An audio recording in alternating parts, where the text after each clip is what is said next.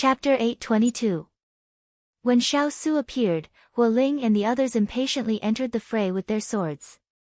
Just now, when they saw these people bullying their little princess, Hu Ling and Xiao Laiqi couldn't hold back their temper and wanted to go all out. However, their masters stopped them and didn't let them act rashly. They couldn't help but hold back their anger. Now, they could finally act boldly and decisively. The swords and sabers in their hands danced with vigor. When Xing Ming saw Xiao Su suddenly appear, his heart shook. He was wearing a mask, but from his figure and movements, he was not someone to be offended. But the arrow was already knocked and had to be released. Wave after wave of arrows flew through the air, but they were quickly repelled by their iron barrel-like defense. Xing Ming and the others immediately scrambled to block the arrows that changed directions. They were in a sorry state. Soon, Ji Linyang's people were nearing the inner circle. Seeing Ji Linyang appear, Xing Ming was shocked. "My people? What do you think?" With a wave of his hand, Ji Lin's men quickly surrounded Xing Ming. In an instant, they were evenly matched in terms of numbers. But Xing Ming knew that his people were not a match for them. Adding on the fact that Xiao Su's group had appeared out of nowhere, Xing Ming lost half of his wings. He angrily and unwillingly said to Ji Linyang and Chu Qingyan, "Just you wait. There will be a day when I will get my revenge." As he spoke, he ordered his subordinates to cover their retreat. Because they had arrows, Xing Ming took the chance to ride his horse and escape under the cover of his subordinates. Ji Linyang looked in the direction that Xing Ming left in. He didn't say anything. A portion of his people had already chased out. The rest spread out to guard the surroundings and be on guard against a sneak attack. "Ji Zhu, are we letting that bastard Xing Ming escape?" Tanning asked in confusion as she supported Shan Guang. "The guards have already ambushed Xing Ming's group on their way back. We don't need to chase." After answering, Ji Linyang scanned his surroundings, skipping past Chu Qingyan, Xiao Su, and the others until his eyes landed on the white figure under the tree. His pupils shrank, and he quickly walked up to her. When he got closer, he found her quietly leaning against the tree trunk. The reprimand in his throat disappeared in an instant. He quickly crouched down, his hand trembling uncontrollably as he tried to check her breathing. Chu Qingyan was still in Xiao Su's arms. Now that everything had settled down, she finally snapped out of her daze and pushed him away uncomfortably. Rubbing her nose, she turned to look at Ji Linyang, the man who had appeared as if he had stolen the moonlight. However, his calm expression seemed to have retracted all of his brilliance. He was reserved and steady. However, Chu Qingyan noticed that after Xing Ming escaped, the man who remained calm and collected only had eyes for Sima Jun. She couldn't help but pay more attention to such an outstanding man. When she saw Ji Linyang raise his trembling hand to check Sima Jun's breathing, she couldn't help but burst into laughter. Ji Linyang had just sensed Sima Jun's long breathing and knew that she was fine. He had just heaved a sigh of relief when he heard the laughter. He couldn't help but turn sideways to look at Chu Qingyan. "Don't worry, she's just drunk. She dares to get drunk at a time like this. I really have to hand it to her." Knowing that he was the man whom Sima Jun had let down, Chu Qingyan felt a little more sympathy for him and couldn't help but explain. Tanning immediately explained, "Master Ji, this is..." Ji Linyang raised his hand to stop Tanning and nodded politely but distantly to Chu Qingyan. "This humble one knows that this is young Master Chu Qingyan. This humble one is very grateful to young Master for saving Junyao. This humble one will definitely bring Junyao to visit and thank you in the future." Was he planning to keep her at arm's length? And from this person's tone, it seemed a little stiff. Chu Qingyan blinked. She was the one who had saved Sima Jun, so why did he seem so eager to draw the line between them? How thought-provoking. When Tanning saw Chu Qingyan's puzzled expression, she thought that it was because she didn't understand how to address her. She couldn't help but smile and say, "My mistress has a nickname, Junyao." Chu Qingyan nodded, then said to Ji Linyang, "Sima Jun and I hit it off at first sight. I was just helping her out of her predicament." It's not worth mentioning. She didn't know if it was her imagination, but she felt that when she said, hit it off at first sight, Ji Linyang's expression was a little strange. Chu Qingyan felt a little strange, but she suppressed it and didn't think too much about it. At this moment, Ji Linyang had already bent down to carry the drunk Sima Jun in his arms, then turned to say to Chu Qingyan, no matter what, I still have to thank young Master Chu for taking care of Junyao during this period. We'll pay you a visit when we're done here.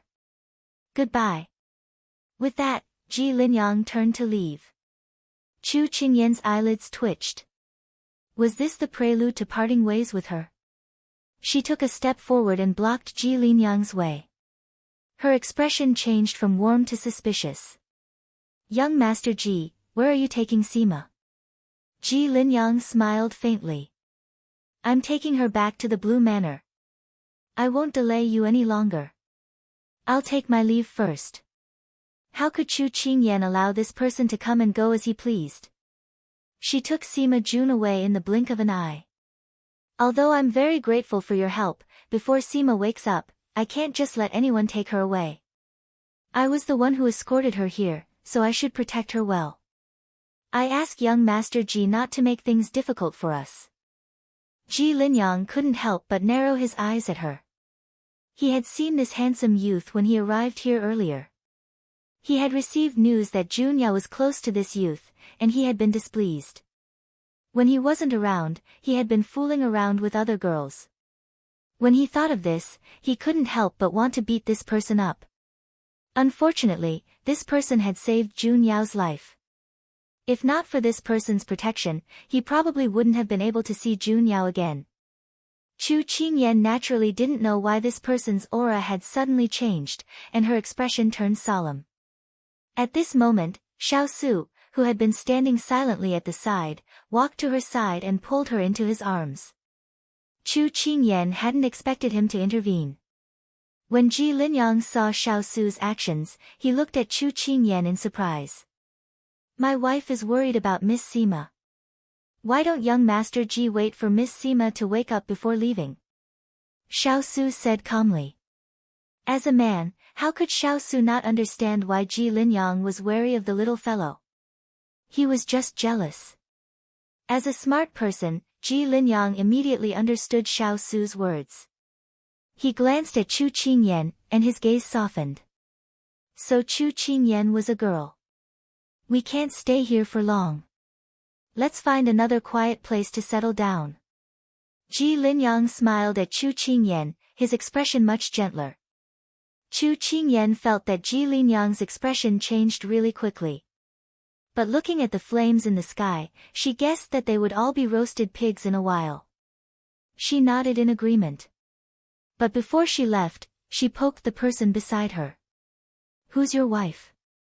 Don't randomly acknowledge her. Xiao Su tightened his arms and said coldly, don't move. Change back into female clothes later. Chu Qingyan was baffled. How did they talk about men's clothes? But under his coercion, Chu Qingyan didn't dare to refute him on the surface, and could only curse him in her heart. Stingy. She wouldn't forgive him so easily this time. Chapter 823. The night was very long.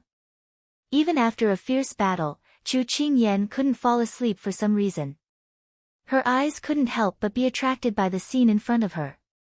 Ji Linyang found another safe place to rest.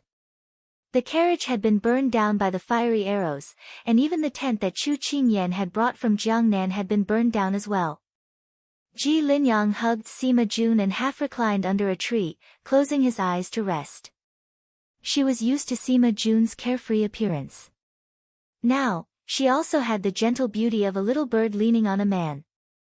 The two white figures snuggled together. Under the light of the fire, they looked very gentle and harmonious. Chu Qingyan couldn't help but recall the desolation in Sima Jun's eyes whenever he mentioned Ji Linyang. She found it strange. From the looks of it, it was obvious that the two of them had each other in their hearts. Why were things like this?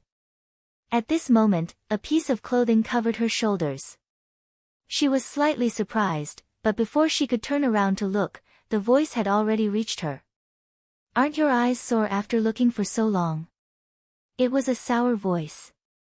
Chu Qingyan didn't need to turn around to know who it was. She snorted. My eyes are on my body. I can look at whoever I want. It's none of your business. It was rare for Chu Qingyan to be so strong-willed. Although she regretted it, she could only continue to be strong-willed. You, Xiaosu walked in front of her and put his hands on her shoulders. He lowered his head and narrowed his eyes dangerously. You really like that pretty boy? Pretty boy. Chu Qingyan choked on her own saliva. Ji Linyang was a handsome and talented man who could stand shoulder to shoulder with the most handsome men in the Jianghu. How did he become a pretty boy in the mouth of this iceberg? You can't call him a pretty boy just because he's dressed in white. You're also dressed in black.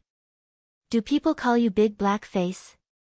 Chu Qingyan couldn't help but mutter. He was too abnormal today. You're still speaking up for him. Xiaosu said coldly, his face darkening. Chu Qingyan was startled by his expression and felt wronged. However, she knew that she couldn't say anything at this time. She muttered, all right, let's not talk about this anymore. Go to sleep and go back as soon as possible. The Fu can't do without you. What about you? Xiaosu understood the meaning behind her words and frowned. Chu Qingyan knew that if she didn't say it now, she would have to say it tomorrow morning. She braced herself and said, I promised Sima that I would accompany her to take back what belongs to her. I can't go back on my word. In the end, you still want to run away from home? Xiaosu suppressed the anger and disappointment that had just surged up. His fingers tightened as he asked word by word. Chu Qingyan felt a pain in her shoulder, but she stubbornly refused to cry out. She raised her head and met his gaze. Pursing her lips, she said, I didn't run away from home. I just want to help Sima. Is that so? Xiaosu chuckled, full of disbelief. Before you leave, you're not even willing to let someone inform you. Chu Qingyan's face was slightly bitter. Isn't this too rushed? Xiaosu snorted, Ian, are you sure you're telling the truth? Chu Qingyan heard this and her heart was bitter. Could it be that she still had to tell him that she was wavering because of Liang Dongjing's provocation?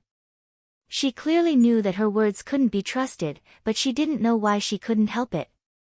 Xiaosu saw that she didn't say a word and his intention of giving her time to explain faded. His anger rose. Ian, do you even care about me? This question made Chu Qingyan's eyes heat up. She wanted to say something, but she unconsciously bit her lip and allowed the pressure on her shoulder to increase. After a while, Xiaosu seemed like he couldn't wait any longer. He let go of her hand and took a step back. His face was as dark as water. Ian, you really are. He did not finish his words as he flicked his sleeves and left. Chu Qingyan stared blankly as his back slowly left her line of sight. That body that wasn't afraid of anything seemed to be soaked in ink at this time, so sad that it couldn't be dissolved. Her heart suddenly twisted. She wanted to follow him, but she didn't know what to say. She could only watch as he left. Huo Ling couldn't keep watching. He walked in front of Chu Qingyan and secretly scolded, Little Princess Fei, do you know how Master got here? He only rested for 2 to 4 hours every day. Even after eliminating the bandits, he didn't want to waste time looking for you. He traveled through wind and rain. You ate, drank, and slept well, but Master was worried day and night that you couldn't eat, drink, or sleep well. Once he saw that you were safe, he was able to put down all his worries. However, you just said so many hurtful words. Is it appropriate? Chu Qingyan didn't think that he had come this far and couldn't help feeling guilty. Huo Ling wanted to say something else, but he was grabbed by Turin who had rushed over. Huo Ling was startled by Turin's glare. He was actually scolding the little princess. If Master knew, he finally came back to his senses and scratched his head. He said to Chu Qingyan, Little Princess Fei, this subordinate is the fastest. Don't take it to heart. After saying this, he immediately ran off to patrol. Turin turned to look at the silent Chu Qingyan. He hesitated a bit before saying, "Little Princess Fei, this subordinate doesn't know if it's appropriate to say something." Chu Qingyan thought that the big ice cube's two trusted subordinates had rushed over to fight for him. She couldn't help but be amused. She nodded and said, "Since you've said this, then say it." Turan said, "Little Princess Fei, Master has rarely experienced familial warmth since he was young. He has always been in an environment of mutual deception. The place he usually interacts with the most is the military camp, so it has caused him to bury everything in his heart and not be good with words. In Master's eyes, the most direct thing is action. As long as he recognizes a person, he will wholeheartedly devote himself to her. Sweet words are only used to coax people. Only by doing is the most practical." Chu Qingyan didn't know that Turan would say something like this. Wasn't he going to scold her? How did it turn into promoting his master? "Turan, I know what you're saying, but sometimes I can't help it." She almost blurted out her thoughts to Turan, but she stopped herself in the end. "Little Princess Fei, we outsiders can clearly see Master's feelings for you. I hope you can feel it with your heart. This subordinate has crossed the line." Turan finished speaking and bowed before turning to leave. Chu Qingyan's lips curled. Everyone was saying this, but if he didn't say it, how would she know? But her heart was still shocked by their words. At this time, she had an impulse to find the culprit. At this time, before Chu Qingyan could take a step, she saw a person riding a horse towards them. After dismounting, he hurriedly ran towards Ji Linyang. Chu Qingyan's heart thumped. Thinking that something important must have happened, she couldn't help walking towards Ji Linyang. Chapter 824. Xiao Su and the others also saw the commotion. Hualing couldn't help but speak up when he saw his master's confused expression. "Master, the young princess consort probably said those words because she was angry. Please don't take it to heart. This prince knows." Xiao Su sighed. He knew that the little fellow had nothing to do with Ji Linyang, but he didn't know why he was so angry that he spoke without thinking. His usual calm and self-control couldn't help but crumble. His gaze involuntarily landed on the person talking to Ji Linyang. A trace of pity and regret that even he didn't notice surfaced in his eyes. Chu Qingyan stood in front of the fire. After the messenger left, she went forward. What happened? Seeing that Ji Linyang's expression wasn't too good, Chu Qingyan thought that something must have happened. Xing Ming was ambushed, but he still managed to escape. He's now contacting his remaining accomplices, planning to attack the headquarters of Blue City. Ji Linyang's tone was very grave. Chu Qingyan frowned. "Then what do you plan to do now?" "I want to set out now and try to get to Blue City Manor before Xing Ming arrives. I want to cooperate with the Red Shadow and destroy Xing Ming's group in one fell swoop to prevent future trouble." As he spoke, Ji Linyang couldn't help but look at the person who was still sleeping. His voice was filled with unquestionable determination. Chu Qingyan nodded. "That's the only thing we can do now." Ji Linyang retracted his gaze and looked at Chu Qingyan. His tone was slightly apologetic. "I've already heard about what happened to you from Tanning. Please forgive me if I've offended you before, Miss Chu." After a while, Chu Qingyan finally understood the meaning of his words. She couldn't help but tease him. "Can I say that you're jealous of me?" Ji Linyang didn't immediately react to such a straightforward question. His face flushed slightly and he couldn't help but cough lightly to avoid it. "Previously, the scouts reported that you were a man, so I misunderstood. I'm really sorry." To be able to make such a handsome man reveal such an expression, Chu Qingyan felt that Sima had really profited. Chu Qingyan suddenly thought of something and asked Ji Linyang, "Young Master Ji, may I have a word with you?" Ji Linyang nodded readily. He turned around and gave Tanning a few instructions before leaving with Chu Qingyan. "Master, the young princess consort and Ji Linyang have left."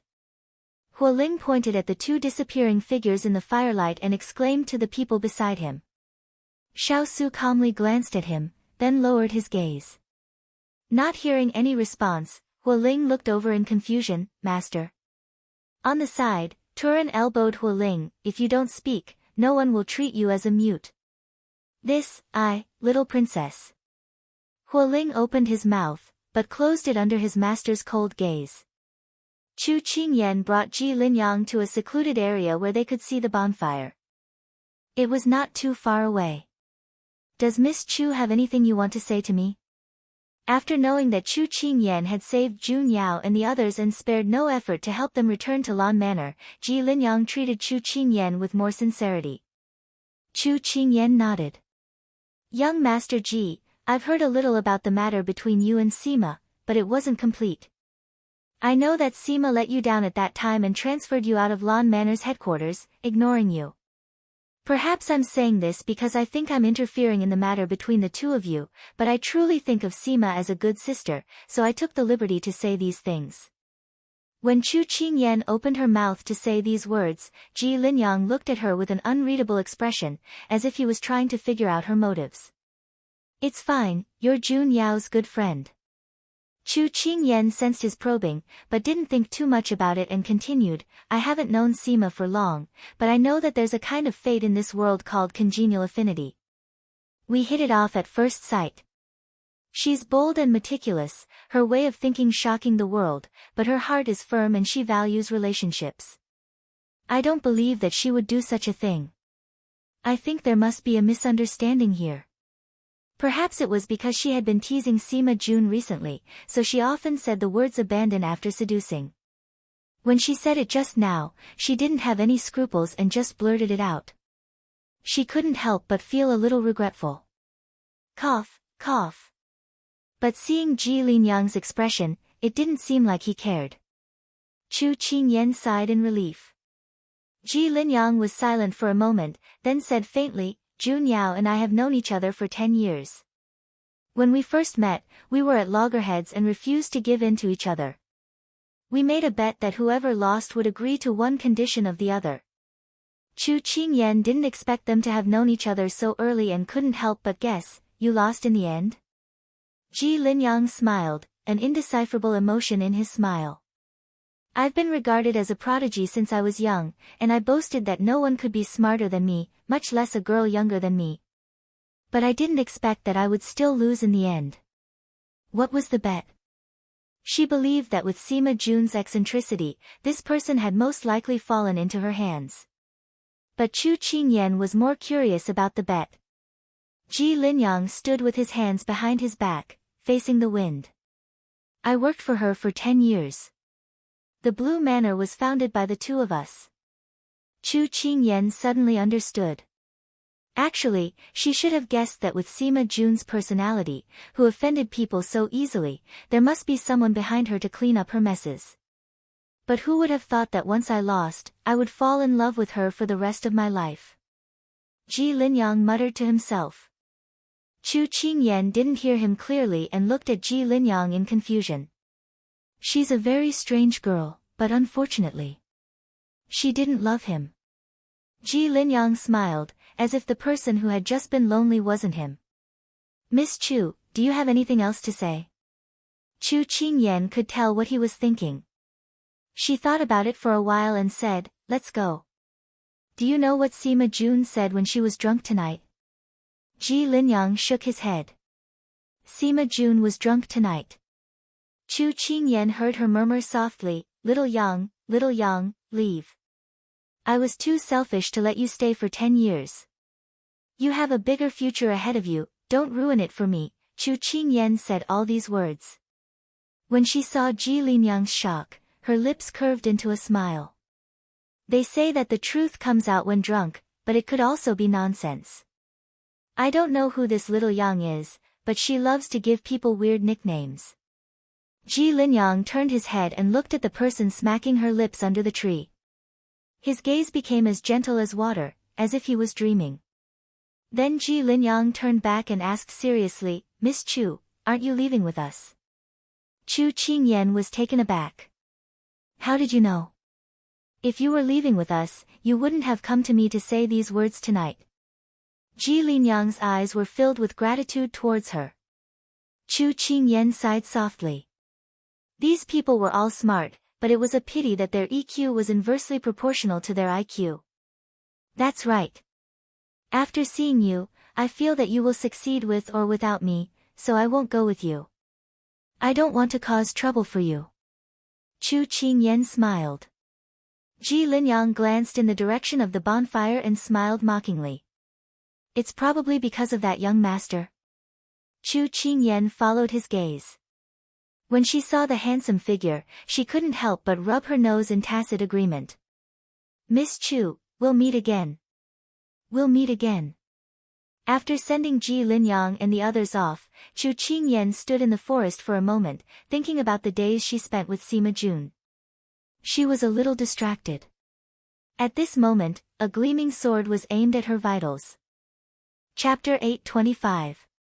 Chu Qingyan was startled by the sudden appearance of so many swords and sabers, but her reflexes were quick. She flipped over and stepped on one of the swords, using the momentum to retreat. But Chu Qingyan found that these people seemed to be forcing her into the darkness so that no one would notice her. After she sent Ji Linyang off, she told the people below that she wanted some peace and quiet. She dismissed the people following her, giving these people a chance to attack her. They were coming at her menacingly. Who sent you here? Chu Qingyan coldly asked. What responded to her was the flashing of swords. Chu Qingyan's expression froze. Every move was fatal. Who had this much hatred for her? Although these people's martial arts were not low, it was more than enough for her to deal with them. However, these people were very good at using hidden weapons. They would throw out hidden weapons from time to time which made people angry. She originally wanted to use this fight to vent the anger in her heart, but now she did not want to be entangled with them. She raised her foot and kicked a stone away. The stone hit a tree not far away and quickly caused a large amount of leaves to fall. The commotion here quickly attracted everyone's attention. This is bad, we've been discovered. Brothers, let's end this quickly. Half of the 11 or 12 black-robed men surrounded Chu Qingyan, while the other half stopped fighting and took the opportunity to throw darts and silver needles at Chu Qingyan. The black-clothed people had a tacit understanding. They intentionally delayed her so that she could not deal with those hidden weapons. Just as she tilted her head to avoid 2 darts, another 3 silver needles pierced through the air towards her vital parts. Seeing that she was about to be unable to avoid them, her heart turned cold. It was at this time that a black-clothed figure appeared in front of her. He grabbed her shoulder with one hand and flicked his sleeve with the other, catching the 3 silver needles. Then with a flick, the 3 silver needles flew towards the 3 black-clothed people using hidden weapons. Pooh, Piu, Piu, with 3 pitiful cries, the 3 black-clothed people fell to the ground. Following that, Hualing, Jean Xian, and the others immediately attacked the remaining black-clothed men. Very quickly, those black-clothed men were subdued. Xiao Su was about to step forward and interrogate them when he saw the black-clothed men vomiting black blood and falling limply to the ground. Hualing immediately checked their breathing. He frowned and said, Master, they all took poison and committed suicide. Glancing at the men in black, Xiao Su's face turned cold. These are men of sacrifice. Hualing said with a bit of annoyance, if we had prevented them from committing suicide just now, even if they were death warriors, no matter how hard their mouths were, they wouldn't have been able to resist the interrogation of the fierce cavalry. Forget it. Clean up the corpse and check if there's anything of value. Xiao Su waved his hand and ordered. Everyone obeyed the order and went to work. At this time, Chu Qingyan was still in Xiao Su's embrace. He lowered his head and wanted to scold her for daring to run around by herself in the wilderness, but he saw that her face was a bit pale and slightly dazed. His tone couldn't help but soften, scared. Chu Qingyan pursed her lips and a trace of hesitation flashed in her eyes, but it quickly returned to normal. She raised her head and gave him a fake relaxed smile, I'm fine. Saying this, she left his embrace and turned to say to him, I've been busy tonight. I'm going to rest first. But it was clear that Xiao Su was not satisfied with her answer and was even more dissatisfied with her actions.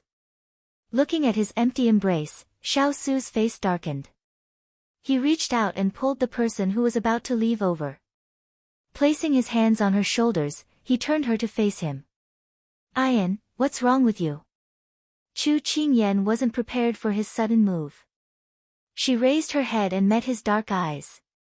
It was as if there was something in them that couldn't be dissolved, piercing her heart bit by bit. I'm really fine, Big Ice Cube. Don't think too much. She tugged at the corner of her lips and revealed a smile to him. But when she said this, she felt that his expression had darkened, and the smile on his face froze. Don't smile. If you don't want to smile, then don't force yourself. It's uglier than crying. Xiao Su mercilessly exposed her. Chu Qingyan's shoulders drooped. As expected, she couldn't hide anything from him. But why couldn't he guess what she was thinking? Seeing her like this, Xiao Su's heart that had been pent up for the past 2 days was now filled to the brim. The hand holding her shoulder tightened bit by bit. Xiao Su's eyes seemed to be brewing a storm. She raised her head in pain, wanting to say something, but was frightened by his expression. Ayan, when will you open your heart to me? His words of accusation were like 1,000 caddies. Like a thunderstorm, it hit her and drenched her heart and body. A chill slowly seeped into her from the bottom of her feet. Her blood froze and it quickly reached her heart. She suddenly felt her heart fill with exhaustion. Big Ice Cube, it's not that I don't want to tell you some things, but I'm afraid it'll be hard for you.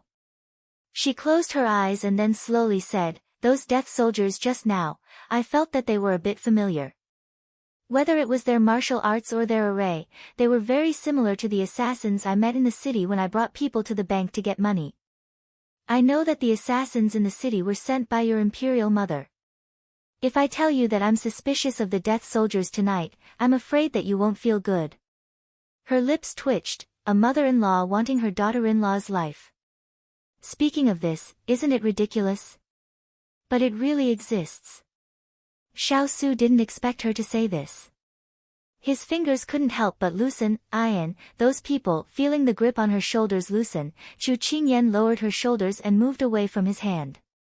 Then, she took a step back and looked into his eyes. She tilted her head slightly and smiled. However, there was no smile in her eyes. Instead, it was a self-deprecating smile. Big Ice Cube, your mother really doesn't like me. Since ancient times, the relationship between mother-in-law and daughter-in-law was a form of knowledge. But her mother-in-law's identity was too special. The way she didn't like someone was to make them disappear from this world forever. She knew that she couldn't get along with this kind of mother-in-law. Ayan, it's okay if she doesn't like you. It's fine as long as I care about you. Xiao Su's expression was moved. Seeing her self-deprecating appearance, he wished he could pull her into his arms and knead her into his bones and blood, comforting all of her grievances and uneasiness. When Chu Qingyan heard his words, especially the last sentence, her heart warmed. She pursed her lips, like a homeless child who finally found a roof to rely on and buried the words in her heart. Which woman doesn't want to receive the blessings of both sides of the family? I'm the same. It's just that I understand our situation. I know that in the imperial family, receiving family affection is an extravagant hope. I don't ask for her to like me, nor do I ask for her to help us. I just hope that she won't disturb us again. But Big Ice Cube, do you know? When I saw Mama Hung appear in our courtyard, I knew that they would make a move against me one day. When I saw these people today, it wasn't that I wanted to hide it from you on purpose. I just didn't want you to be at odds with your imperial mother because of me. It's not that I don't want to open my heart to you. It's just that you've already gone through too much. I don't want to add to your burden. Her sad and lonely words were so light that it seemed like they would be scattered by the wind. But when they fell into Xiao Su's ears, they were like 1,000-pound stone, shaking him until he was dazed. Then his heart ached to the extreme. Chapter 826. Ayan, I'm sorry. Xiao Su reached out and pulled her back into his embrace. I shouldn't have forced you. I thought you didn't want to believe me and kept everything in your heart. This made me think that I'm not important.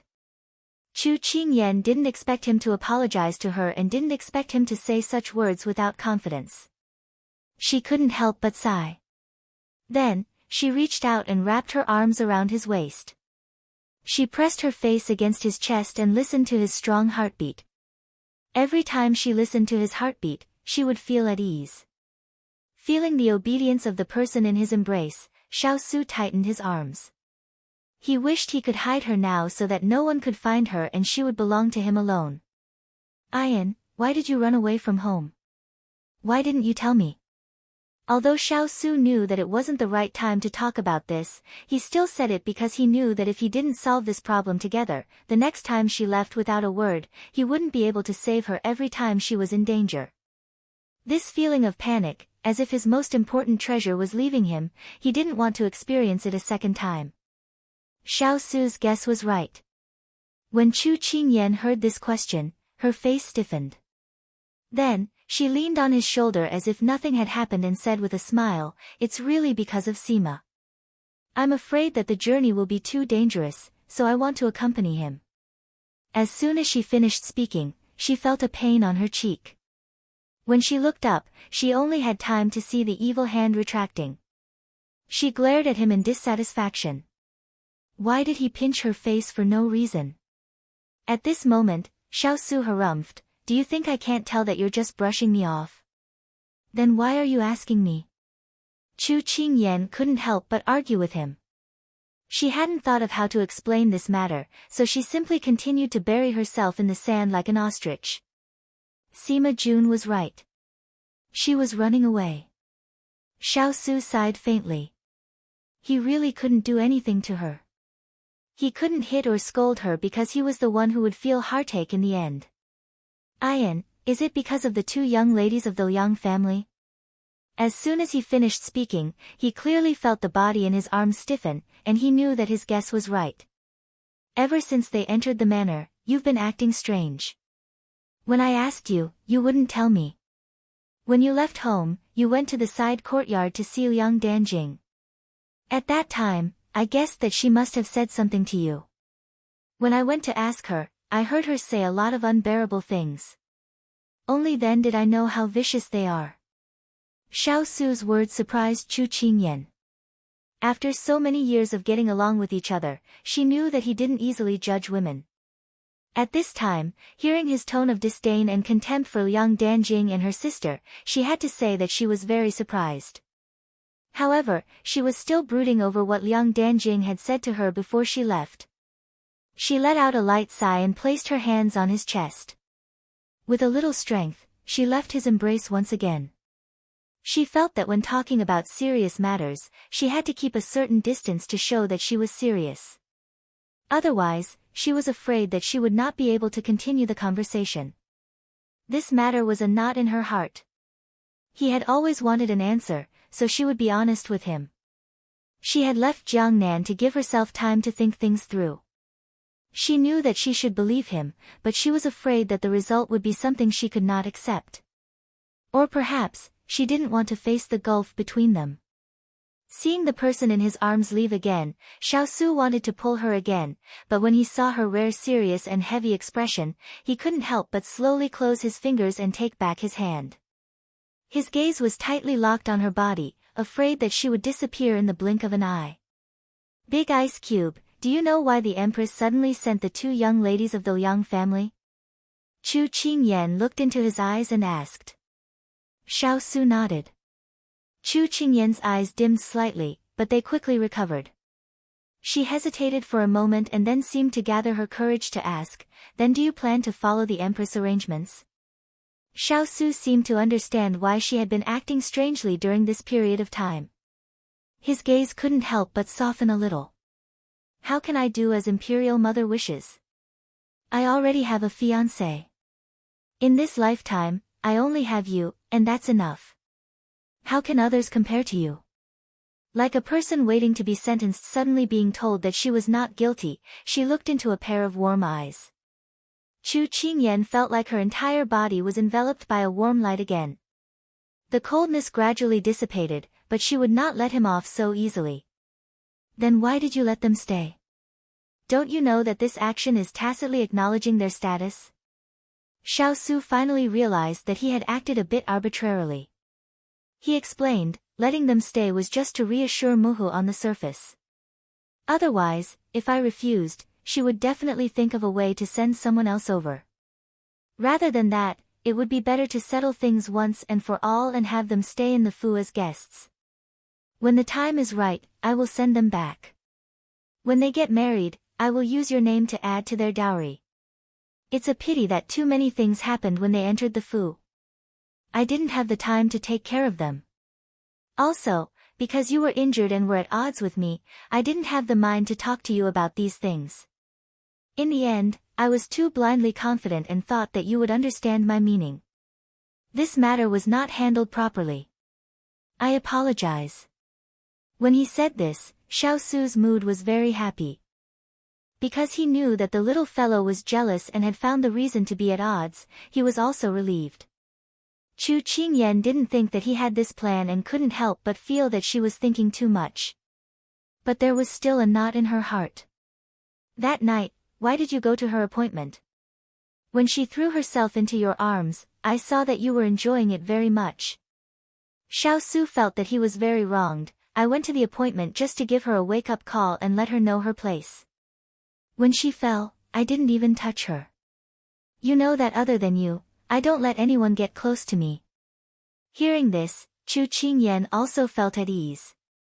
She knew that he disdained to lie. Especially when she heard the last sentence, the corners of her mouth couldn't help but curl up slightly. And when you left home, I already had them sent back to the capital. Xiao Su saw the smile on her lips and couldn't help but curl up the corners of his mouth. You sent them all away. Aren't you afraid that your Muhu Empress will blame you? Although this result made her very surprised and happy, when she thought of the consequences, she couldn't help but worry. Compared to offending Muhu Empress, I'm even more unwilling to let you suffer grievances. When I heard what they said, I even had the heart to kill them. But I didn't want Muhu Empress to put this debt on you, so I had them scram back to the capital. Xiao Su recalled the words of Liang Danjing and her sister, and his tone couldn't help but be tinged with anger. After he finished speaking, he saw her bright red cheeks and his heart itched. He took a step forward, wanting to get closer to her. Are you satisfied with my explanation? Stop. Chu Qingyan raised her hand to stop him from getting closer and righteously said, I still have one more question. Xiao Su felt a headache coming on. Why was it so difficult to get close to his wife? Chapter 827. Alright, ask away. Tonight, he would solve all the problems in her heart and not drag things out, so that she wouldn't run away from home again and again. This time, Chu Qingyan knew the answer to the question she had been struggling with, and her heart relaxed a lot. The following question was actually about the secret she had buried in her heart for the past few years, but whether the answer he gave was the one she wanted was not very important, but today, she had to get it out. She raised her head, and there was a faint smile in her eyes, but her expression was very serious. Xiao Su couldn't help but put away his smile, and his face became serious. She didn't look at him, but walked a few steps to the side, looking at the endless darkness before dawn. Her voice was ethereal, but it had substance. Big ice block, marriages are all about matching social status, so that we can help each other in the future. Although I don't like Liang Danjing, some of what she said is right. If there comes a day when the situation forces you two brothers to draw your swords against each other, and the court is in turmoil, having a powerful relative can help you overcome difficulties and defeat 6 generals until the final victory. But my family is poor, and I have no soldiers or power, so I won't be of help to you, and will instead be a burden to you. Do you still insist on having me like this? She turned around and looked at him, her eyes bright, but there was a look that didn't match her age. Her eyes made Xiao Su feel an inexplicable sense of pity. I said that I will always be by your side, and I won't let you suffer any grievances. In this life, there will only be you. Ayan, what are you afraid of? Chu Qingyan seemed to be touched by something, and her eyes became hot. She forced herself to face the fear in her heart. I know that what you said is true. However, the affairs of the world are unpredictable. If there comes a day when you are in deep danger, will you regret the choice you made back then? If it weren't for me, would you be able to walk on many things more easily? At this point, Chu Qingyan turned to the side, lowered her head, and said in a low voice, "Sorry, it's not that I don't believe you, but I'm afraid of burdening you." Towards the end, her voice became softer and softer. She had clearly mustered up her courage, but now, she no longer had the strength to continue speaking. Xiao Su felt that what she was thinking was inexplicable and impossible. He really wanted to open her head and see what was inside. Xiao Su, who was angry with her, didn't want to see her fall into a dead end. He stepped forward and suddenly turned her body, wanting to teach her a lesson. But when he saw the tears in her eyes that refused to fall, his heart melted into a puddle of water. All right, don't cry. Have you ever seen me regret my decisions?" She didn't want to show her weak side in front of him, but when he told her not to cry, she couldn't help but cry. It was really rare to see her cry. Xiao Su, like before, raised his hand in a fluster to wipe the tears from the corner of her eyes. But when his fingers came into contact with those warm tears, a strong sense of pity welled up in his heart. He wiped the tears from the corner of her eyes. Those tears were like the rising tide of a river.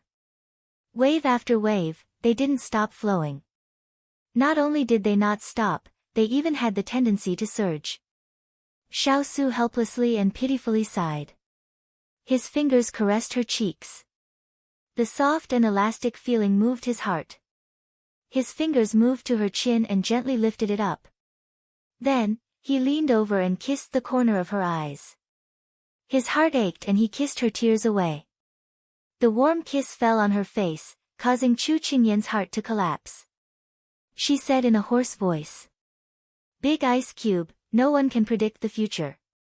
Although we all say that we should live in the present, I'm still afraid. Since I was young, I didn't want to be a burden to others.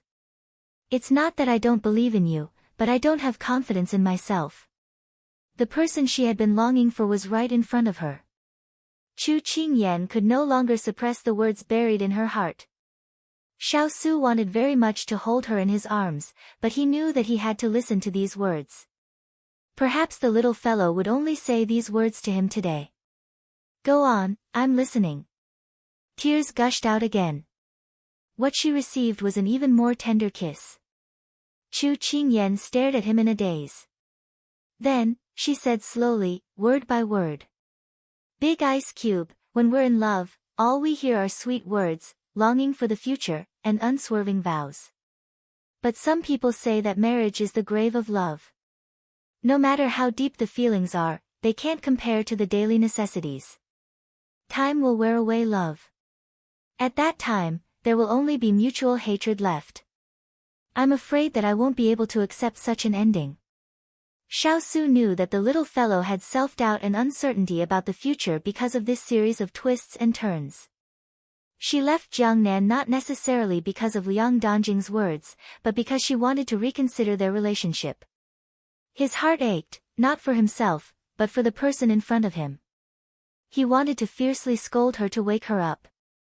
Everything was not what she thought. But when he saw her red eyes, all his anger was defeated by his heartache. "What else do you want to say? Say it all together." Chu Qingyan did not expect that after she said these words, he would be so calm. She originally thought that he would fly into a rage. She took a deep breath and hardened her heart. Since she had already said it, she might as well say it all. "Big Ice Cube, do you know that love fades away? If one day, I'm no longer young. My hair is white, and my face is full of wrinkles, will you still treat me the same? I've seen many wives abandoned by their husbands after they grew old, and then I saw their husbands carrying their mistresses freely. Those who said that they would be together for the rest of their lives all withdrew from each other's future halfway." When she said this, she looked at him a little sadly. "Big Ice Cube, in the end, I'm still confident." The self-denial and loneliness in her eyes deeply pierced Xiao Su's heart. He reached out and pulled her into his arms. When she was still in a daze, he said angrily, "In the end, you still don't believe me. Chu Qingyan was speechless. Xiao Su sensed her silence and said firmly, you can't use someone else's past to question our future. I may not be a good person, but I'll try my best to be a good husband, a good father. As long as it's what you want, I'll try my best to do it. Chu Qingyan was absent-minded because of his words. I've said it before. Once I've decided on someone, I won't let go easily. Ian, do you know that I'm really afraid that you'll sneak away again? I, Xiao Su, have never been afraid of anything in my life. It was only when you left without a word that I knew that there were things that I was afraid of. When he said this, Xiao Su tightened his arms and held her tightly in his arms, as if he was afraid that she would disappear again. Chu Qingyan, on the other hand, was moved by his words as tears welled up in her eyes once again. Big Ice Cube. Chapter 828. Women always felt insecure. For example, every time they were in front of their loved ones, they would repeatedly ask, "Do you love me?" If they didn't get an affirmative answer from the other party, they would always keep it in their hearts and wonder if the other party didn't care about them anymore. Sometimes, when the man was annoyed by the question, he couldn't understand why the same question could be asked so many times a day. Wasn't it annoying? However, even if they knew that the other party loved them, the woman still happily continued to ask. Some women would ask directly, while others would bury it in their hearts. Chu Qingyan didn't belong to the former, so she kept it in her heart. When everything came flooding in, the doubts and uncertainty about the future in her heart would snowball. And Liang Dongjing's words were the last straw that broke the camel's back. When she was at her most indecisive, it gave her the final push. In front of love, no matter how strong a person was, no matter how confident a person was, they would still worry about gains and losses. Chu Qingyan was like that, and so was Xiao Su. So Xiao Su also admitted his uneasiness. I, Xiao Su, have been in the military for my entire life. I have suffered countless assassination attempts, both in the open and in the dark, but I have never blinked once. Only when you left without saying goodbye, I was flustered and didn't know what to do. Ian, you are more important in my heart than you think. No, you are already my life. These words had never been so light and yet so heart-wrenching. They struck her chest, creating a rumbling sound that seemed to want to shatter her eardrums. Big Ice Cube. She called out softly, but didn't know what to say. However, because of his words, waves of emotions had already been set off in her heart, and it couldn't be calmed down for a long time. He caressed her head and laughed softly. His laughter carried a sigh. Ian, tell me, you are already my life. Will I give up my life one day? Whether it is now or in the future, I will only cherish you, accompany you, and take care of you. If I leave you, then there will be no Xiao Su. As soon as he finished speaking, Chu Qingyan immediately struggled to get up from his embrace. She reached out her hand to cover his mouth and said in a panic, "Don't talk nonsense. What life or death? You will live to 100 years old. That's only if you're here. Otherwise, I'll be alone for so many years. Can you bear to see that?" He looked at her deeply. Chu Qingyan shook her head in a daze. How could she bear to let him die alone? Xiao Su stroked her long hair and looked at her gently. Are you still doubting, afraid, and not confident? Tears welled up in Chu Qingyan's eyes, and she shook her head again. Okay. Xiao Su forced himself to ignore the tears in her eyes. His tone changed slightly, and he looked at her seriously. Now, I have something to say to you. Listen carefully. Chu Qingyan had not yet recovered from his words, but when she saw him looking at her seriously, her mind became much clearer. She blinked at him, and then nodded seriously. Although she didn't know what he wanted to say, she knew that it must be very important. She couldn't help but rub her eyes, and slightly tilted her head to listen. Ah Yen, I'm very sorry. During this period of time, I've only been possessive of you and rarely asked for your wishes. Miss Cheng is right about one thing. I'm too domineering and I only want you to live by my side. And I was too confident, so I didn't explain anything to you. I thought that with our hearts connected, you would understand. I think that if I had told you about my plans for the two ladies of the Liang family, you wouldn't have left home. If I had given you enough trust and revealed my heart to you, there wouldn't have been so many conflicts between us. Hearing his faintly lonely words, Chu Qingyan's heart ached. She wanted him to stop talking. I'm also in the wrong. Don't take it all on yourself. Xiao Su raised his hand to pat her head, indicating that she shouldn't interrupt. After he finished, Chu Qingyan obediently kept quiet. On the way to find you, I thought about a lot of things. All the problems were caused because I wasn't honest enough. That's why there were so many misunderstandings. I won't do it again. If there's anything, I'll discuss it with you instead of arranging everything for you on my own. When these affectionate words came out of his mouth, Chu Qingyan had an indescribable shock. But after that, she was still very moved. However, she didn't want to take advantage of him and brought up old scores. Then why are you still so fierce to me when you're here? Xiao Su sighed softly. Ian, no matter what, I'm still your legitimate fiancé. Seeing you standing with another man makes me jealous. But I really have nothing to do with Ji Linyang. You know that. Chu Qingyan couldn't understand why he would be jealous when he already knew about it. Xiao Su's face reddened slightly when he heard that. But his strong self-control only made the awkwardness last for a while. He didn't even notice the person in his arms before it disappeared. Then he lowered his head to look at her at eye level. Because I want you to only see me in your eyes. I want you to only have me in your heart. I want you to only think about me in your head. I'm too greedy. Not only do I want you, I want your heart and I want your entire life from now on. I'm very scary like this, but do you still want me? There was a person who used a frank, affectionate, and trembling tone to tell her that he cared about her very much. He cared so much that he only wanted her to belong to him completely. He even asked her if she was afraid. Did she still want him? How could she not be moved and fall in love with him when he carefully analyzed his big ice block and asked her seriously and fearfully in a humble and sincere manner? Xiao Su didn't get an answer. Instead, he saw the person in front of him looking at him with tears streaming down her face. The torment of waiting didn't make his heart ache as much as her tears. Okay. I won't force you to answer. He lifted his sleeve and clumsily wiped away her tears. Chu Qingyan looked at his doting expression and couldn't help but reach out to hug his waist. She laughed and cried at the same time. Big ice block, you're a big idiot, a big idiot. Hearing her words, he instantly let go of the thought of waiting for an answer.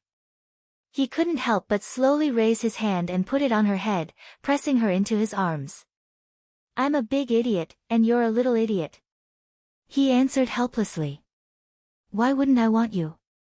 I'm yours, and you're mine too. Big ice block, you big idiot, why are you always worrying about these questions?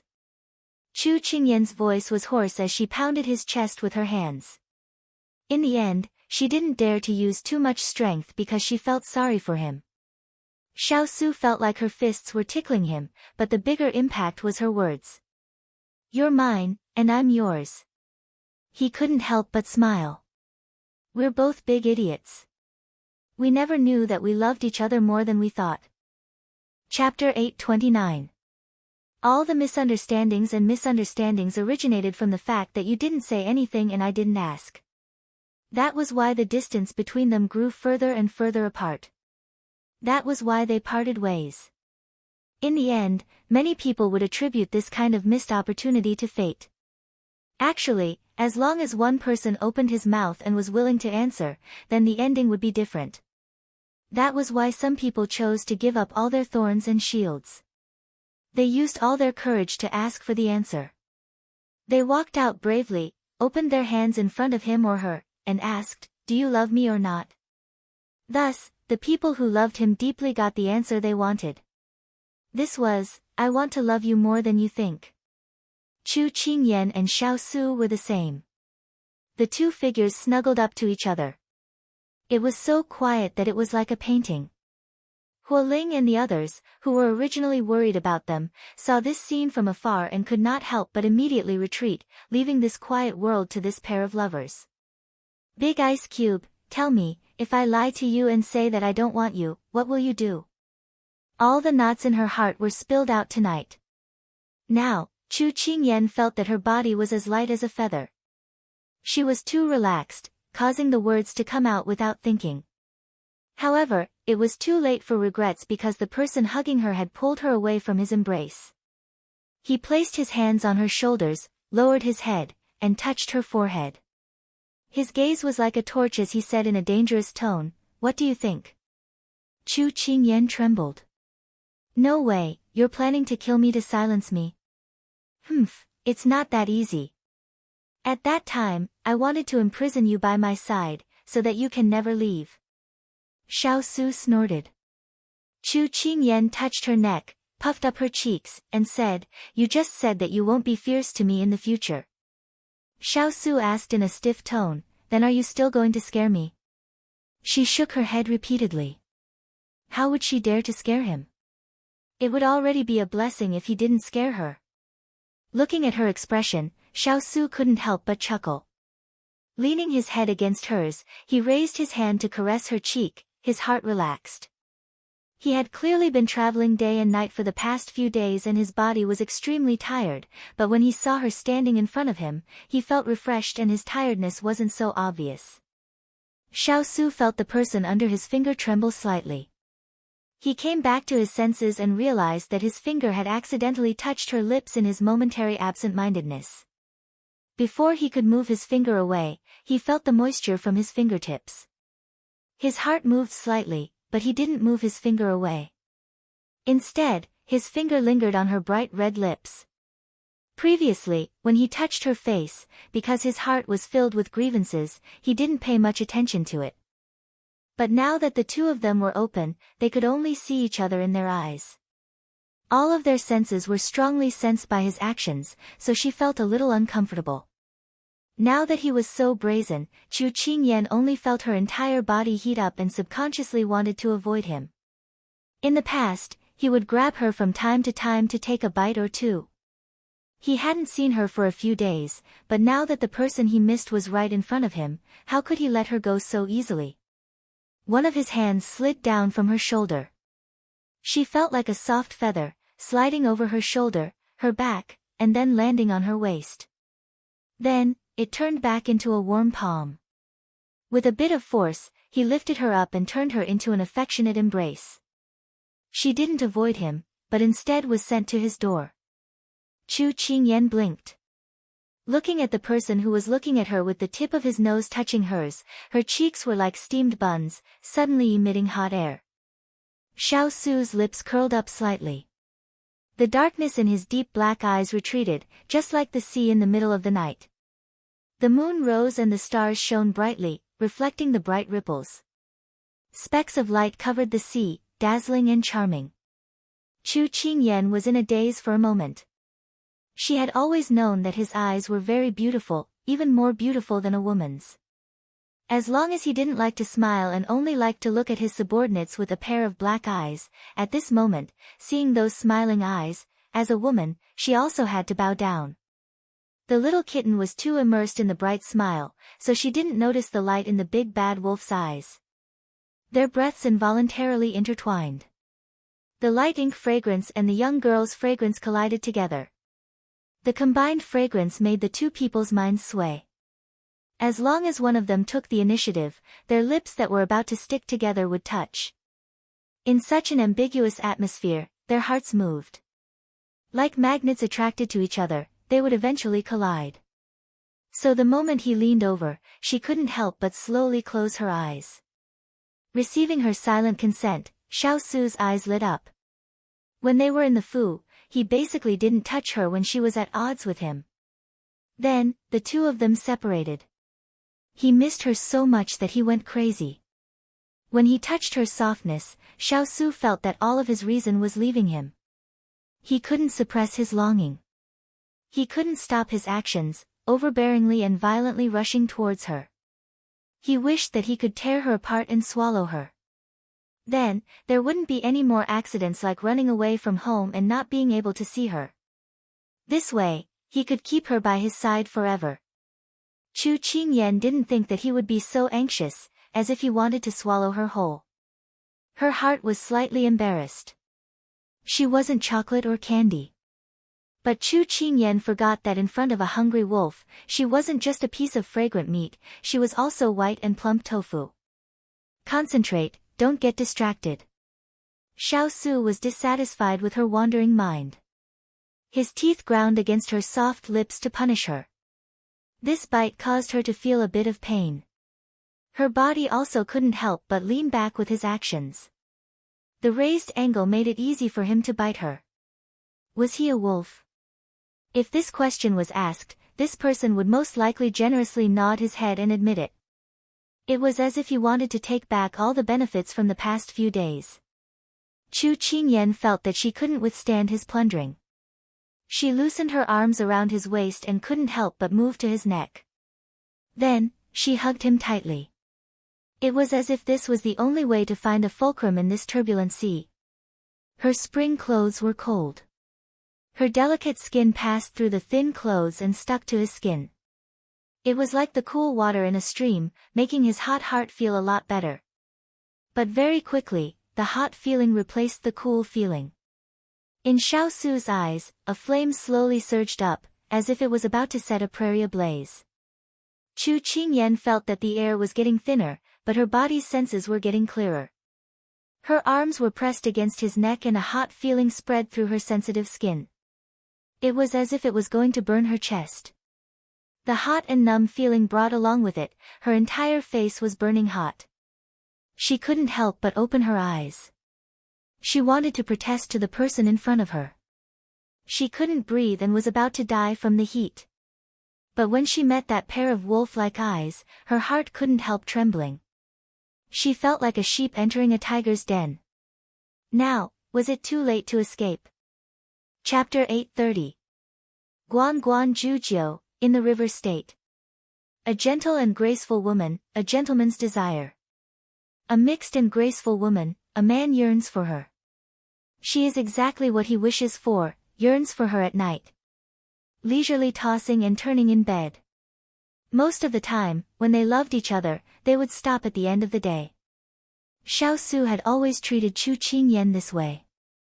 Only, when the love was strong. There were also times when it was out of control. Like this moment. Chu Qingyan felt her ears itch. She half closed her eyes and wanted to open them, but unexpectedly, when she wasn't paying attention, the initiator took her most sensitive area in his mouth. She almost went limp in his arms. Don't, there's someone here. Then let's go somewhere else. A low and hoarse voice reluctantly sounded in her ears. That warm breath on her skin made her whole body dry up. She wanted to refuse, but when she opened her mouth, her throat was so dry that she couldn't say a word. Xiao Su pulled her into his arms and jumped up the nearest tall tree. This tree was very tall, and the people on it could clearly see the scenery below. This tree was so lush that no matter what the people inside were doing, they couldn't see it. Because the tree trunk he chose could only allow one person to lean on, Chu Qingyan's whole body was nestled in his arms. This was very convenient for him to move his hands up and down. The hot kiss just now had already made Chu Qingyan feel like she had come out of a steamer. Her whole body was wet and steaming, and her charming eyes were like silk, seductive and enchanting. Xiao Su's throat tightened. He fixed her in his arms and covered her lips again. His hand slipped from her shoulder and groped down until it reached her waist. Although separated by clothes, Chu Qingyan couldn't help but have an image appear in her mind. Clean and slender fingers with distinct joints, with a sense of strength, nibbling away at her remaining reason little by little. Chu Qingyan felt like her whole body was about to ignite. Xiao Su's hand was on the knot on her waist. As long as he pulled lightly, he could do whatever he wanted. But he wasn't in a hurry. As he kissed her deeply, he played with the knot. Because she was wearing men's clothing at the moment, it was not as complicated as women's clothing, so it was very convenient. Xiaosu thought to himself, in fact, the little fellow wearing men's clothing was quite good at times. Of course, Chu Qingyan didn't know what the man in front of her was thinking. She subconsciously felt that this wasn't a good situation. She struggled to get up, but because of her movement, the belt around Xiaosu's finger pulled. Yes, it was solved. Chu Qingyan didn't expect her actions to speed up the hunting speed of the wolf opposite her. The words she wanted to say got stuck in her throat and she forgot them. His eyes darkened, and a flame quickly ignited in the depths of his heart. Chu Qingyan secretly screamed. She wanted to reach out to grab the belt. Unfortunately, someone was one step faster than her. The palm of his hand held her small hand. With a little pull, her hand was wrapped in the palm of his hand. "Ian, are you that impatient?" The sexy and low voice exploded in her ears like thousands of fireworks, causing her to stare at him blankly. The lush leaves spread out behind him, and the light of the dark night penetrated through the small gaps, falling on his hair and shoulders. And he, slightly curved his lips, the light on his eyebrows jumped. He lost his usual coldness and was more romantic and gentle. She was used to seeing his noble and cold appearance. In an instant, when she saw him like this, she was already immersed in his beauty. In an instant, there was a gentleman lying on his side. The wind and the moon were boundless. She opened her mouth, wanting to explain something, but she couldn't resist his beauty at the moment. Xiaosu's gaze fell on her beautiful face. He always knew that his little fellow was very good-looking since she grew up. This kind of good-looking was not the kind of coquettish in the eyes of the world. From head to toe, she was good-looking. In this world, no one could compare to her beauty. If Chu Qingyan knew the evaluation of the person in front of her, she probably couldn't help but want to roll her eyes. This was called blindness. But only beauty was in the eye of the beholder. Even if the other side was battered and exhausted, she was still more beautiful than the number one beauty in the world. Chu Qingyan felt that burning gaze fall on her face. Her cheeks burned and she wanted to turn her head to avoid it. When she moved, the person in front of her had already placed his hand on her shoulder. The two of them changed positions. When she opened her eyes, he was already covering her from above. When the warmth and softness touched, Chu Qingyan opened her eyes wide. She could only see the smile in front of her that was strong and affectionate. As if he wanted her to relax, his attack was gentle. He teased her bit by bit and was no longer as aggressive. Xiaosu looked at her eyes that slowly floated up. Her hazy eyes were beautiful and moving. She would never know how moving it was when she was obediently lying in his arms like a kitten. And he, at this moment, was sober and immersed. His hand stroked her back and landed on her waist. Then it wrapped around her lower abdomen and finally disappeared into the thin spring clothes. Chu Qingyan's body trembled. Her hazy eyes were filled with tears. She wanted to struggle, but his lingering gentleness made her slowly put down her hand and wrap it around his shoulder as if it was boneless. Sometimes, when one wanted to say something but stopped, it was more moving than any other time. The last bit of reason fell apart. A person with a pure heart and few desires could be indifferent to all the temptations of beauty. It was only because they had not met the one who could make them crazy. So no matter how restrained and disciplined a person was, when they met the one they liked, they would walk down the altar. They would be crazy for her, and become an ordinary man for her. But it was a pity, when Xiaosu moved his lips and wanted to move down, a clear cry sounded. It was followed by the sound of wings flapping on a tree. Then the green leaves fell with the movement. He suddenly stopped his movements and the intoxication in his eyes retreated. Chu Qingyan was also awakened from the rolling tide by the cry. She looked down and saw that she was lying under his body with her clothes disheveled. Her entire body was burning. She did not dare to look at him and wanted to struggle up, but a strong force fell on her shoulder. A certain someone, who was forced to stop halfway, was very depressed. He buried his head in her shoulder and deeply inhaled her fragrance. Then he calmed the heat in his body. "Don't move. Let me lean on you for a while." Hearing this restrained voice, Chu Qingyan's face turned red as she replied softly, yes. After a while, Xiaosu found his voice and said with a bitter smile, Ian, I really want to marry you now. Chu Qingyan was so embarrassed that she did not dare to look at him. I was too impulsive just now. In this kind of wilderness, I shouldn't have done that. He got up and put a hand on her head. He said with a smile, I won't let you suffer. Chu Qingyan pulled his hand out of her clothes and glared at him in embarrassment. Then don't touch me anymore. Xiaosu coughed softly to hide the unnaturalness on his face. Then he helped her tidy up her clothes. After both of them calmed down, Chu Qingyan felt tired. She could not help but close her eyes and lean into his arms. In her daze, she heard him say seriously and solemnly, Ian, when you become of marriageable age, let's get married. Chapter 831. The clip-clop of horse hooves rang in her ears, distant yet clear. Sima Jun felt a dull pain in her head. She knew that she drank too much last night and her brain wasn't working well now. She raised her hand weakly. Lass, I want to drink water.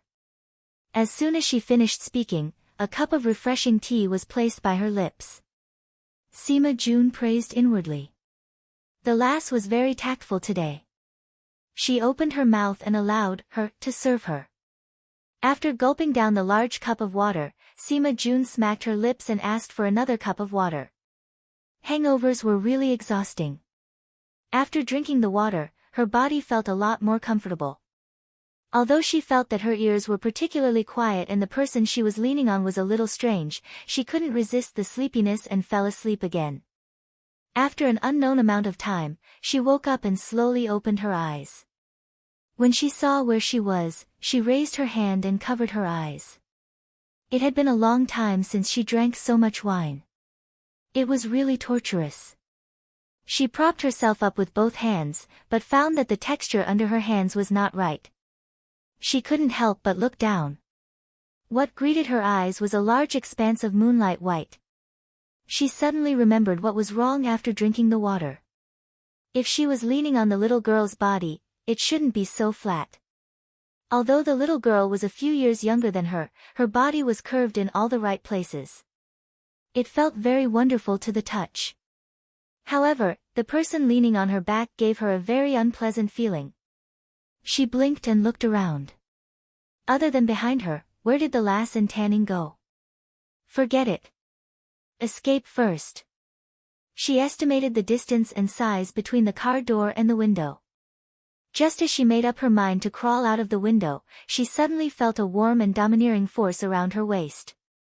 Where do you think you're going now? Sima Jun's body stiffened. A scorching breath filled her ears. Sima Jun couldn't get used to this intimate feeling. She jumped up and found a safe place before she dared to turn around to look at the person in the car. The person she didn't want to face the most was Ji Linyang. Ji Linyang rubbed his forehead helplessly as he looked at the person who was standing in front of him. In order to rush over before Xing Ming and the others made a move on her, he almost didn't have a good rest. When she was quietly sleeping in his arms, he couldn't help but be affected by her. He relaxed his mind and leaned against her to sleep. And her restlessness made him wake up with her. Sima Jun was about to ask him why he was here, and why the two of them were leaning intimately against each other. However, when she saw the tiredness in his eyes, her words got stuck in her throat, and she didn't say anything. She pursed her lips and looked at him silently. In the end, she couldn't stand the silence between them and said uncomfortably, "Are you tired? Do you want to sleep a little longer? Are you going to be my pillow?" Ji Linyang looked at her with a smile. "In your dreams." Sima Jun snorted. "Then I won't sleep. If you're not feeling well, you can sleep a little longer. I'll wake you up when we arrive." Ji Linyang knew that she would say this, but he didn't expect her to agree. He had many things to deal with and didn't have time to waste, so he casually picked up the letter by his feet and read it seriously. Sima Jun also saw the open letter. She thought that he must be too tired to read it and fell asleep. A trace of guilt flashed across her heart. She bit her lip and made up her mind. Then, Ji Linyang looked at the person in his arms. His pupils constricted, and then a trace of brilliance spread out from the corners of his eyes. Sima Jun was dazzled by his seductive look. She turned her head and said, "If it weren't for the fact that you're doing this for me, I wouldn't." Her words were stuck and she didn't continue because a certain someone put down the letter in his hand, tightened his arms, and buried his head in her hair. He used her as a pillow and fell asleep. Sima Jun wanted to tease him, but when she heard his long breaths, she pursed her lips and drowsiness came again. She yawned and reached out to wrap her arms around his waist. Just like before, she found a comfortable position in his arms and fell asleep without a care. He buried his head in, and the corners of his mouth curled up into a beautiful arc. He hugged the person in his arms tightly and fell asleep peacefully. When she woke up for the third time, Sima Jun was still not fully awake. She jolted awake, but when she turned around, she didn't see Ji Linyang's figure. She couldn't help but lean against the wall of the carriage. She patted her chest and wondered in bewilderment. Could it be that she saw him in her dreams because she thought about him during the day? Thinking of this, she couldn't help but feel a little defeated. She still couldn't let go of him. "Master, you're awake." Tanning lifted the curtains, holding a bowl of minced meat porridge in her hands. Sima Jun calmed down. She didn't want to show her irritated side in front of her subordinates. She reached out to take the bowl when she heard Tanning speak again. "Lord Ji is right. You woke up at this time and had this subordinate bring the warm porridge over." "Ah, master, are you scalded?" Sima Jun only noticed that she had almost knocked over the bowl with Tan Ying's exclamation. Some porridge spilled onto her palm, but she didn't feel any pain and let Tanning help her wipe it. "You said that Ji Linyang is here." Sima Jun was startled. So she wasn't dreaming? Tanning saw that she didn't look too good and couldn't help but reply carefully, "That's right. We were attacked last night. It was Lord Ji who came to help us out. Otherwise, we might have fallen into Xing Ming's hands." Sima Jun took her handkerchief and lowered her head to wipe her fingers seriously. Her voice was calm as she said, "Tell me everything that happened last night." Tanning made a sound of agreement, then recounted how Chu Qingyan had stalled the enemy last night and how Ji Linyang had led his men to rescue them. She recounted everything in detail. Sima Jun's head was still lowered, but she was distracted. Why did he come? She had clearly sent him far away. Why was he the first to rush over when she needed him?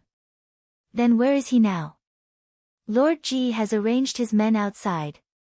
He said that if you stay in the carriage, you won't be able to eat. Tanning immediately lowered her head after speaking. Sima Jun harumphed. At least he has some self-awareness. "Then, master, do you still want to eat porridge?"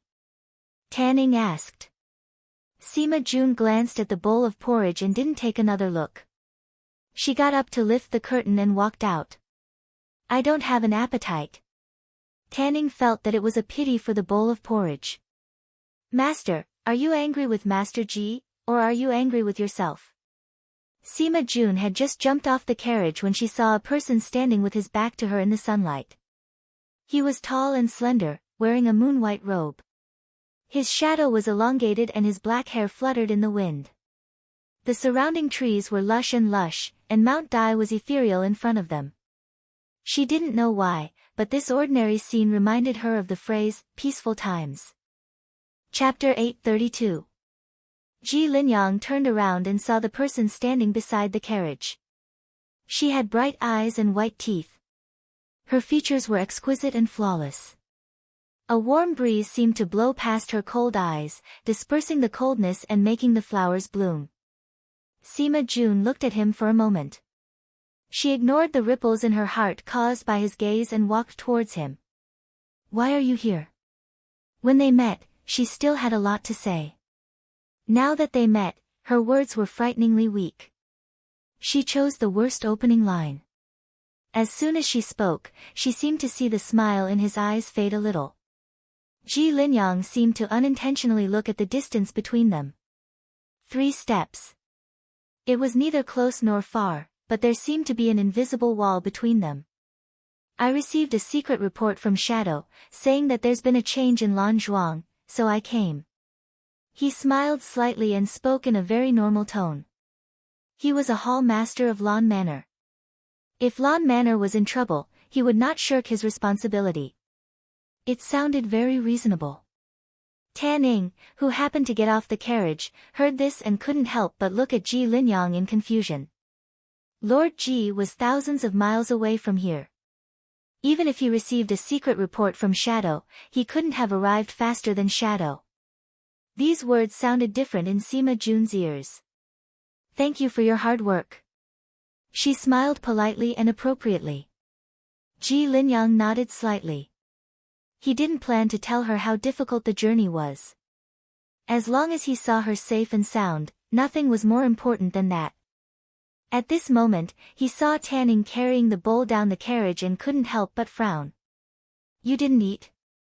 Sima Jun was just thinking about how to reward him as the head of the manor when she suddenly heard these irrelevant words. She didn't react and replied, I don't want to eat. As soon as the words left her mouth, she regretted it. How could she be so honest? However, it was clear that Ji Linyang didn't listen to her seriously. He was paying attention to her fingers. There was a small red mark on the back of her hand. She felt pins and needles on the back of her hand. Following his gaze, she understood. No wonder she felt a burning pain just now. It was because she accidentally spilled the porridge and was scalded. She raised her other hand and wanted to cover it uncomfortably.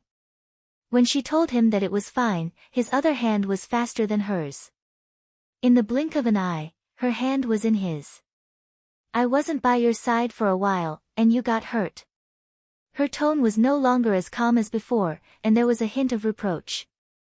Upon hearing his reprimand, Sima Jun's temper flared. She was about to say, what are you going to do about it? But she was defeated by his stern expression. She was in the wrong. She turned her head away and forgot to retract her hand. She whispered, I was just careless for a moment. After that, she didn't hear him speak again. She only heard the rustling of clothes, and then she felt a cold sensation on the back of her hand, which was very comfortable. She couldn't help but turn around, only to see him applying a bottle of ointment on the back of her hand. From this angle, she could see the warm sunlight shining on his eyebrows. Under his thick and long eyelashes, there was a shadow. Gentle and affectionate. Her mind wandered as she recalled the happy times when the two of them rode their horses in the Jianghu, drinking wine with swords in hand, chasing the moon and snow. The cold ointment spread on the back of her hand. She came back to her senses, and a clear sentence rang in her ears. My young master has a bright future ahead of him. He gave you 10 years, which is already my master's bottom line. I hope that estate master Sima can keep his promise of 10 years and let my young master return home. The warmth that had just filled her heart was instantly drowned out by those cold words. She couldn't help but try to retract her hand, but she couldn't move at all. She narrowed her eyes and said coldly, I can apply the ointment myself.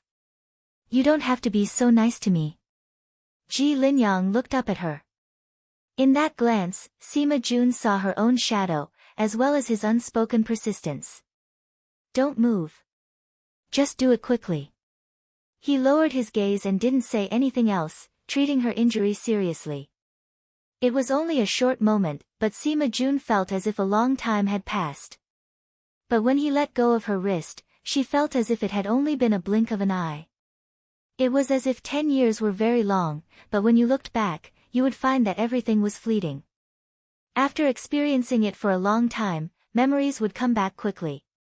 If she could always live in her memories, it would be a kind of happiness. Lin Yang, if this storm is over, you should leave the Lan Manor. She looked at his back and called out to him. This wasn't the first time she had said this, but every time she said it, she would feel all kinds of emotions in her heart. But she had to force herself to say it. Ji Linyang turned and took a step forward to approach her. He lifted her chin with one hand and exerted a little force with 2 fingers. His voice was terrifyingly deep. You seem to like making decisions for me. Back then, you tried so hard to make me stay, but now you want to send me away so easily. Do you think that I, Ji Linyang, am the kind of person who will come and go at my beck and call? They were so close that their skin was touching. Sima Jun didn't dare to look at him directly. She bit her lip and raised her foot to step on his boot. He dodged and released his hand. Sima Jun took a few steps back.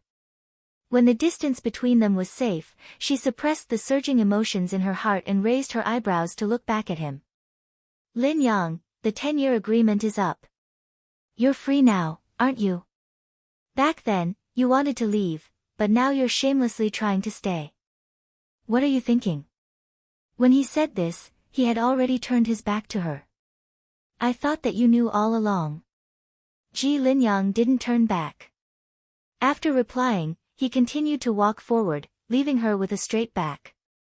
He was afraid that if he stayed any longer, he wouldn't be able to control himself and would strangle this fickle woman to death. Sima Jun looked at his back and couldn't help but turn to kick the tree trunk. That bastard! Wah, it hurts. She hugged her leg and wanted to cry. Today, she had injured her hand and leg. She was drunk. At this moment, Tan Ning, who had left, came back with a bowl of steaming porridge in her hand. I said that I'm not eating. Sima Jun stood on one leg in grief. Master Ji said that you should be hungry after venting your anger. He asked this servant to heat it up and bring it over. Tan Ning looked down and replied. Sima Jun rubbed her starving stomach and muttered, how does he know? Tan Ning heard her muttering to herself and immediately handed her the porridge with a smile. Master Ji was still the one who understood her master's temper.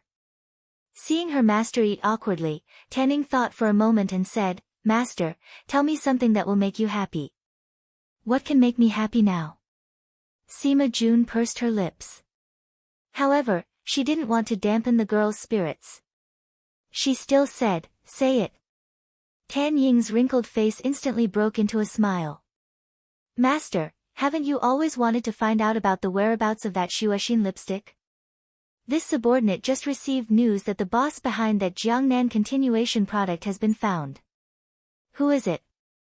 Sima Jun's hand trembled as she immediately asked. Tan Ning originally wanted her mistress to make a guess, but seeing how concerned she was, she decided not to keep her in suspense. Smiling, she said, so far away, yet so close. It's Miss Chu Qingyan. Chapter 833. Clang, the ladle in her hand fell to the ground. Sima Jun didn't care about the soup dripping down her sleeves.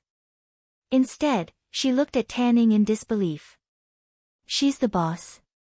Tan Ning immediately took out a handkerchief to help her wipe the soup.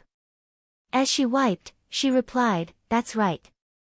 We lost contact with Yuing earlier and only just received the news now. If we were a step earlier, we could ask Miss Chu where the owner of the Snow Heart lipstick is. As she spoke, Tan Ying's tone was full of regret. She was just one step away from helping her master find the girl from back then. Sima Jun was silent for a moment. In the end, she couldn't help but smile. There's no need to ask. I already know who she is. Master knows about the relationship between Miss Chu and that girl? Tan Ning was very surprised. Sima Jun nodded. The person from back then was her. Actually, she should have noticed long ago that the girl gave her a very familiar feeling. However, she couldn't figure out where this sense of familiarity came from. Only now did she understand. Because they came from the same place, there was an inexplicable sense of familiarity. This was a feeling that no one in this era could give her. However, she didn't expect that the girl had already left after the mystery was revealed. Then, Master, do we need to send someone to invite Miss Chu back? Although she didn't know why her master was so persistent in searching, as her trusted aide, Tan Ning asked. Sima Jun waved her hand. No need. There are people eyeing us covetously now. It's not safe. After this incident, we'll meet again if fate wills it. Back then, if she had shown up to befriend the little girl, perhaps the two of them would have exposed her identity. However, she had never regretted it. Ever since she had transmigrated here, she had believed that this world was predestined. For example, when she didn't know where she would be in the future, she met Ji Linyang. When danger was everywhere, she met the little girl. After resting, the carriage continued on its journey. Sima Jun, who had slept enough, didn't feel sleepy at all. However, Tanning beside her had already dozed off. Sima Jun chewed on a blade of grass as she lay on her side in the carriage. Her mind was replaying the incident at Blue Manor. As she thought about it, she couldn't help but feel irritated. She pulled open the curtains to get some fresh air. The moment she did, she saw Ji Linyang on his horse. Her hand trembled and she wanted to put it down, but it was too late. Ji Linyang's gaze had already landed on her face. She had a feeling that if she didn't lift the curtain, his gaze would also fall down. Could it be that he had been watching her carriage the entire time?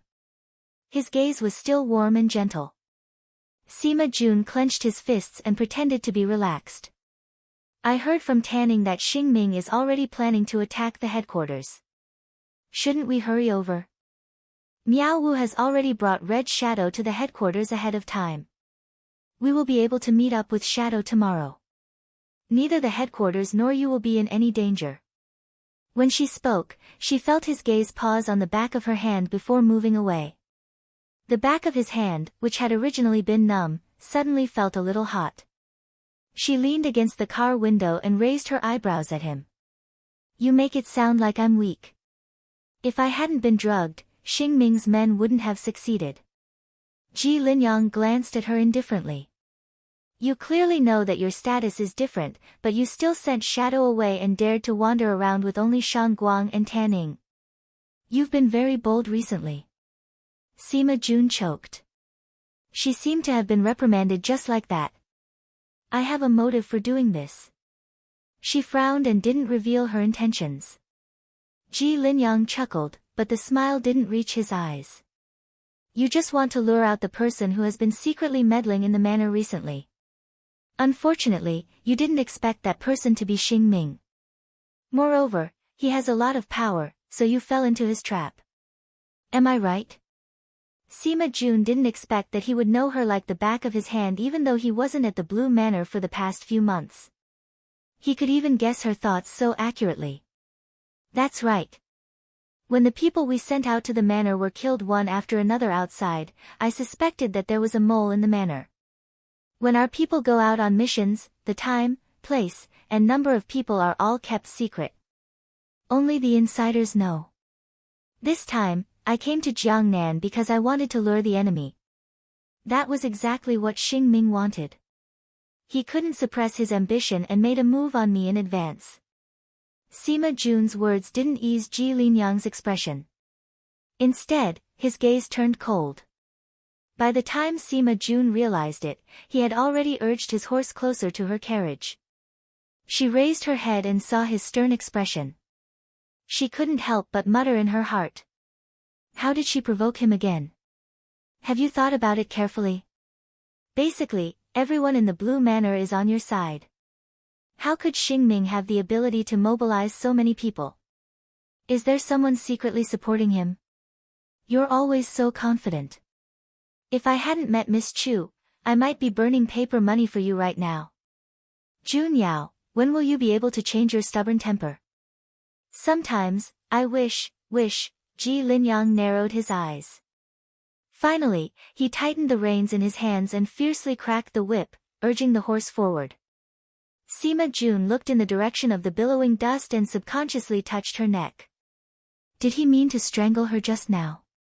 Pfft! Hearing Tan Ying's laughter, Sima Jun retracted her hand and glanced at her speechlessly. What are you laughing at? What's so funny? Master, have you realized that Master Ji can't do anything to you? Every time I see him stomping his feet in anger, this subordinate finds it funny. Tanning stuck her tongue out mischievously at her. Sima Jun couldn't help but want to facepalm. What kind of subordinate had she nurtured for so many years? However, Tan Ying's words still entered her ears. She looked in front of her again, where there was already no one. Then, She lay on her back in the carriage and stared blankly at the wooden plank above. After laughing, Tanning leaned on the small table and asked curiously, Master G's conditions are so good. Why didn't you accept? What conditions? Sima Jun answered casually.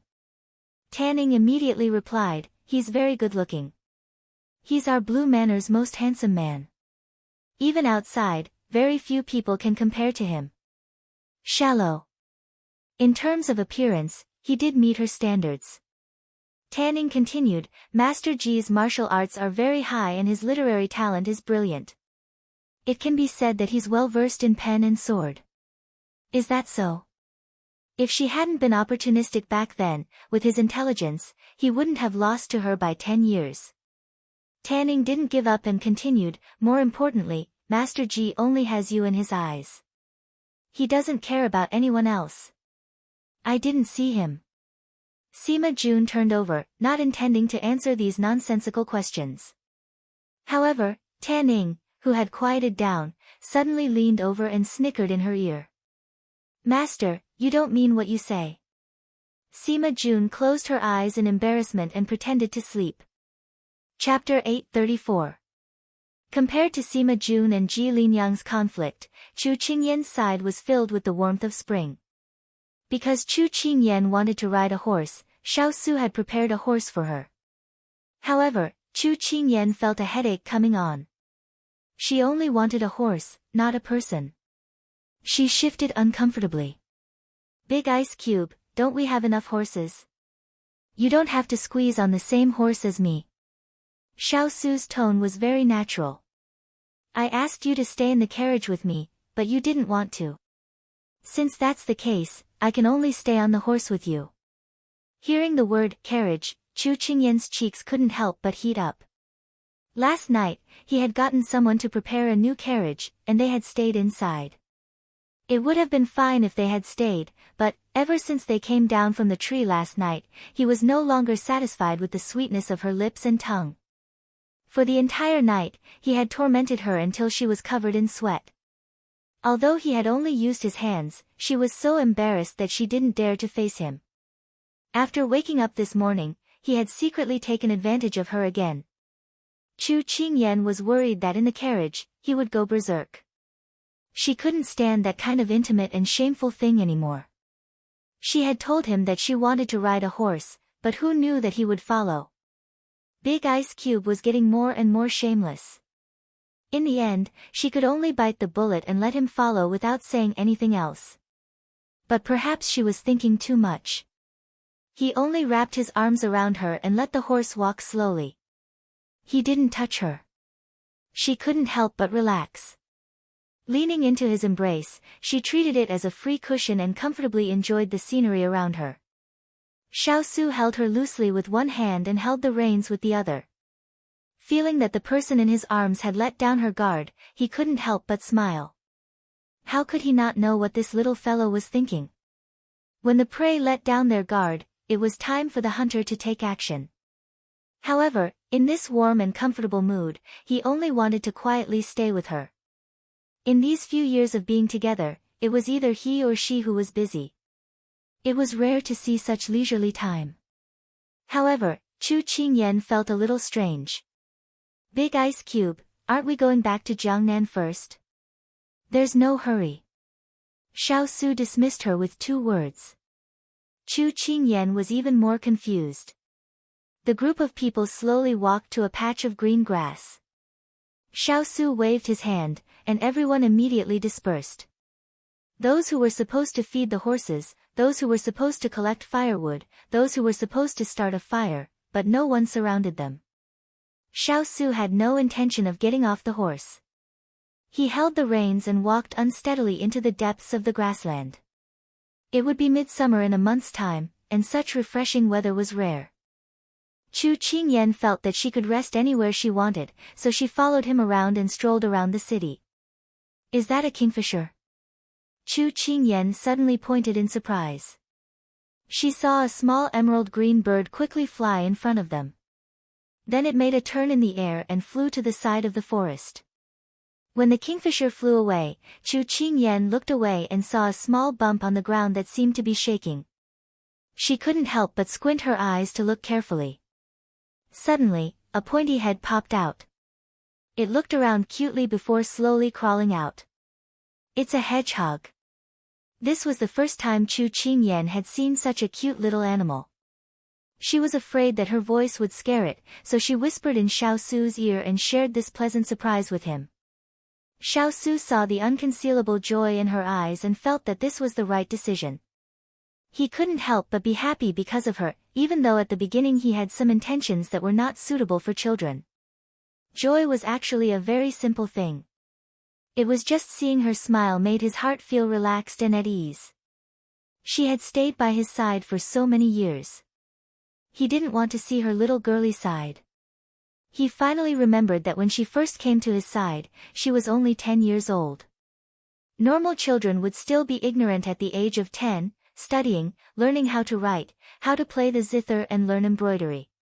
How could they be like her and follow him through wind and fire? Seeing such a simple smile on her face, he realized that his little fellow was someone who was easily satisfied. In this place, no one knew them. There were no restrictions, no power, and no disputes. Chu Qingyan was completely relaxed. She saw some little animals that she had never seen before. She was surprised and looked very cute. At least in Xiao Su's eyes, she was the cutest. Chu Qingyan saw a multicolored butterfly. When it opened its wings, it was bigger than a folding fan. Chu Qingyan was stunned and couldn't help sharing it with Xiao Su. Do you want me to catch it for you? Seeing her so happy, he couldn't help but suggest. No, let it live freely in the mountains and forests. What I like is just the way it flies without any restrictions. Chu Qingyan patted his hand lightly and glared at him disapprovingly. Then, she said excitedly, that's right. Xiao Su smiled and followed her. Until a long time later, when she recalled the time when the two of them wandered aimlessly, she felt that it was the purest and most comfortable time in her life. At that time, she could feel that the person sitting behind her completely belonged to her. He was an ordinary person. Ian. Chu Qingyan was still breathing in the mountain grass fragrance when she suddenly heard the person behind her call her. She turned around with a smile on her face. What's wrong? Xiao Su looked at her delicate pink cheeks. His heart moved and he went around her back. With one hand holding the reins and the other holding her waist, he leaned forward. She never thought that he would kiss her in broad daylight. While she was in a daze, he had already stopped and moved away from her lips. But he was still very close to her. Ian, you like freedom. I won't restrict you.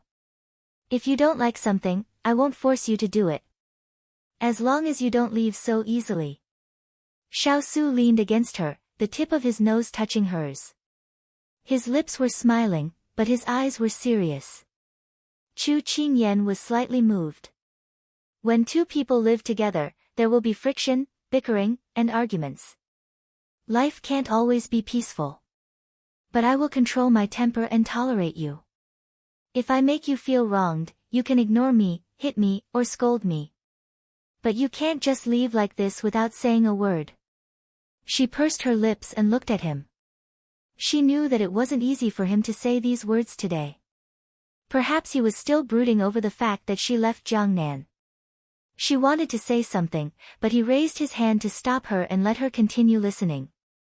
A lifetime can be long or short. But if we spend it all on you hiding from me, then it's not worth it. Our days are short and we don't have that much time to waste. Do you know that? When he said this, Xiao Su's gaze lingered on her body lovingly. It was as if he was looking at a rare treasure, cherishing and serious. Chu Qingyan's eyes were wet. She turned around and hugged him. I know. It won't happen again.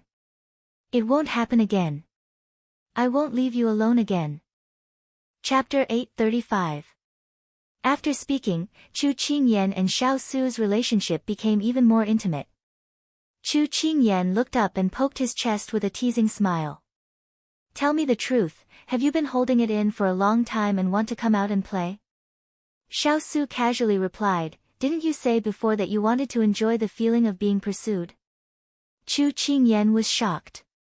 She had casually said it before, but he still took it to heart. "Are you serious?" He coldly looked at her. "Don't I look like it?" She wanted to refute something, but she was chilled by this gaze.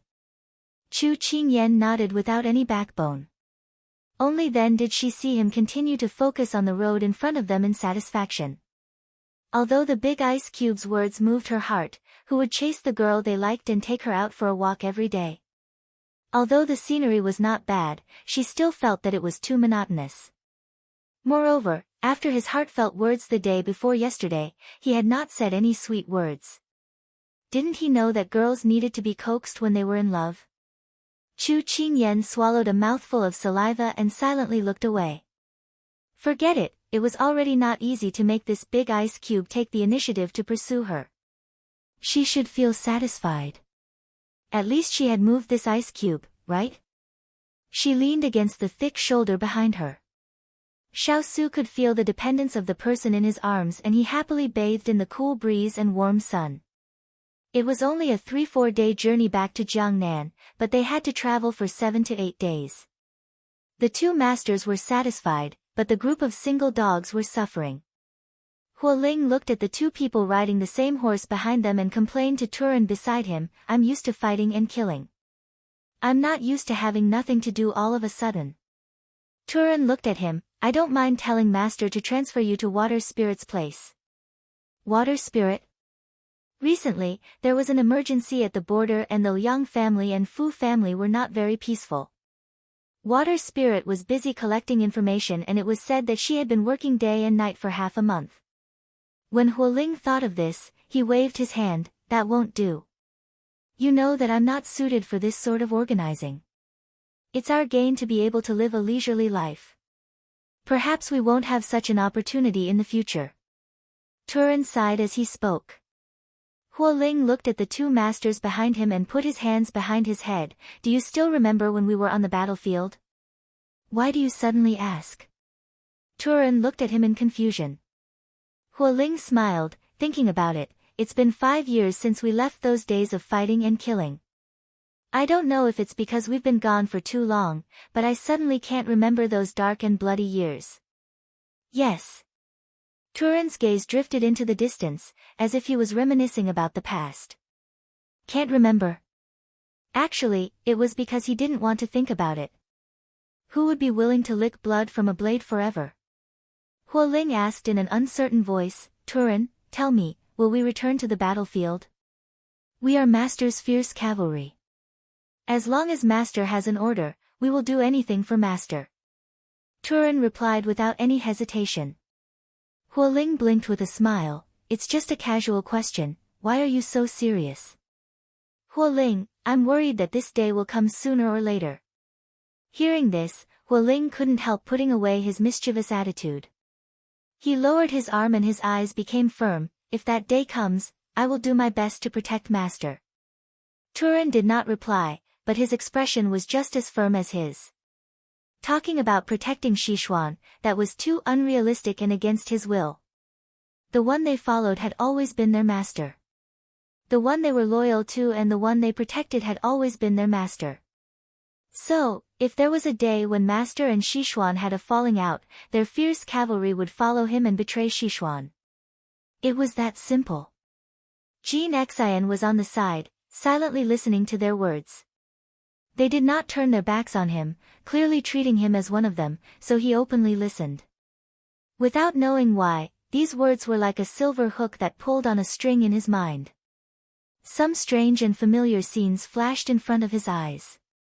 He wanted to grab them, but he couldn't see them clearly. "Master, this subordinate will definitely send you out safely. Master, please live well." His eyes were filled with blood as hoarse words filled his mind. Jean Xian felt his head hurt, but he desperately wanted to see the scene inside, but the more he thought about it, the more painful it became. At this time, a small cloth bag flew over and he quickly caught it. The warm feeling made his mind shake, waking him up from the blood that filled the sky. Seeing Jean Xian blankly holding the cloth bag, Huoling winked at him. I just bought some pastries on the way here. I heard it's a specialty snack. Have a taste and don't be so silent. It's not good to be so mature at such a young age. Turan glared at Hualing and handed a pot of water to Jean Xian. Drink some water, the pastries are a bit dry. Jean Xian took the water and opened the cloth bag, revealing 3 or 4 white pastries. He looked up at Turan, who was glaring at Hualing, and the bitterness and irritation in his heart slowly disappeared. He turned around to look at his master sitting on the horse, and a smile appeared in his eyes. It was his master who gave him a second life, so he had to cherish it. Chu Qingyan bit into the pastry in her hand and secretly nodded. Although these pastries can't compare to Huang Yi's, they're still very delicious. Xiao Su did not respond. Chu Qingyan continued, Big Ice Cube, why didn't you bring Huang Yi and the others with you? I naturally have my reasons for not bringing them. Xiao Su's voice was a bit low, as if he didn't want to talk about this topic. She had just casually asked, but she didn't think he would reject it like this. Why? This aroused her curiosity. There's no reason. You just have to remember that I'm doing this for your own good. Xiao Su stroked her long hair as he explained. She nodded and continued to eat the pastries. Is it really good? Xiao Su looked at the thing in her hand. He really didn't understand why girls liked sweet things so much. Do you want to try it? Chu Qingyan could hear the disdain in his voice. She turned around and handed the cloth bag to him. Although it wasn't exquisite, it was still delicious. Xiao Su passed over the cloth bag and leaned closer to the pastries in her hand. While she was in a daze, he opened his mouth and bit down on the small bite mark. Chu Qingyan looked at him and then at the pastries. He was eating from the same spot that she had just eaten from. Then he said, as if he hadn't had enough, the taste isn't bad. She didn't know if he was talking about the pastries or if he was referring to something else. When Chu Qingyan heard this, her face turned red. Xiao Su looked at the red skin that reached her neck and gave a low chuckle. It seemed like the dating process needed to be done a bit longer. It felt pretty good to be able to take advantage of his little wife anytime and anywhere. Chapter 836. Along the way, they stopped and played with the flowers, stepped on the grass, looked at the scenery, climbed the mountains, and played with the water. Time flew by quickly. In the blink of an eye, they had arrived in Jiangnan. Chu Qingyan looked at the city gate in front of her and smiled. Time flies. You don't want to come back? Why don't we turn around and circle around before coming back? Xiao Su whispered into her ear and suggested in all seriousness. Chu Qingyan's body tensed up and she immediately waved her hand. No, no, no. Let's hurry into the city. I haven't seen my parents in a long time.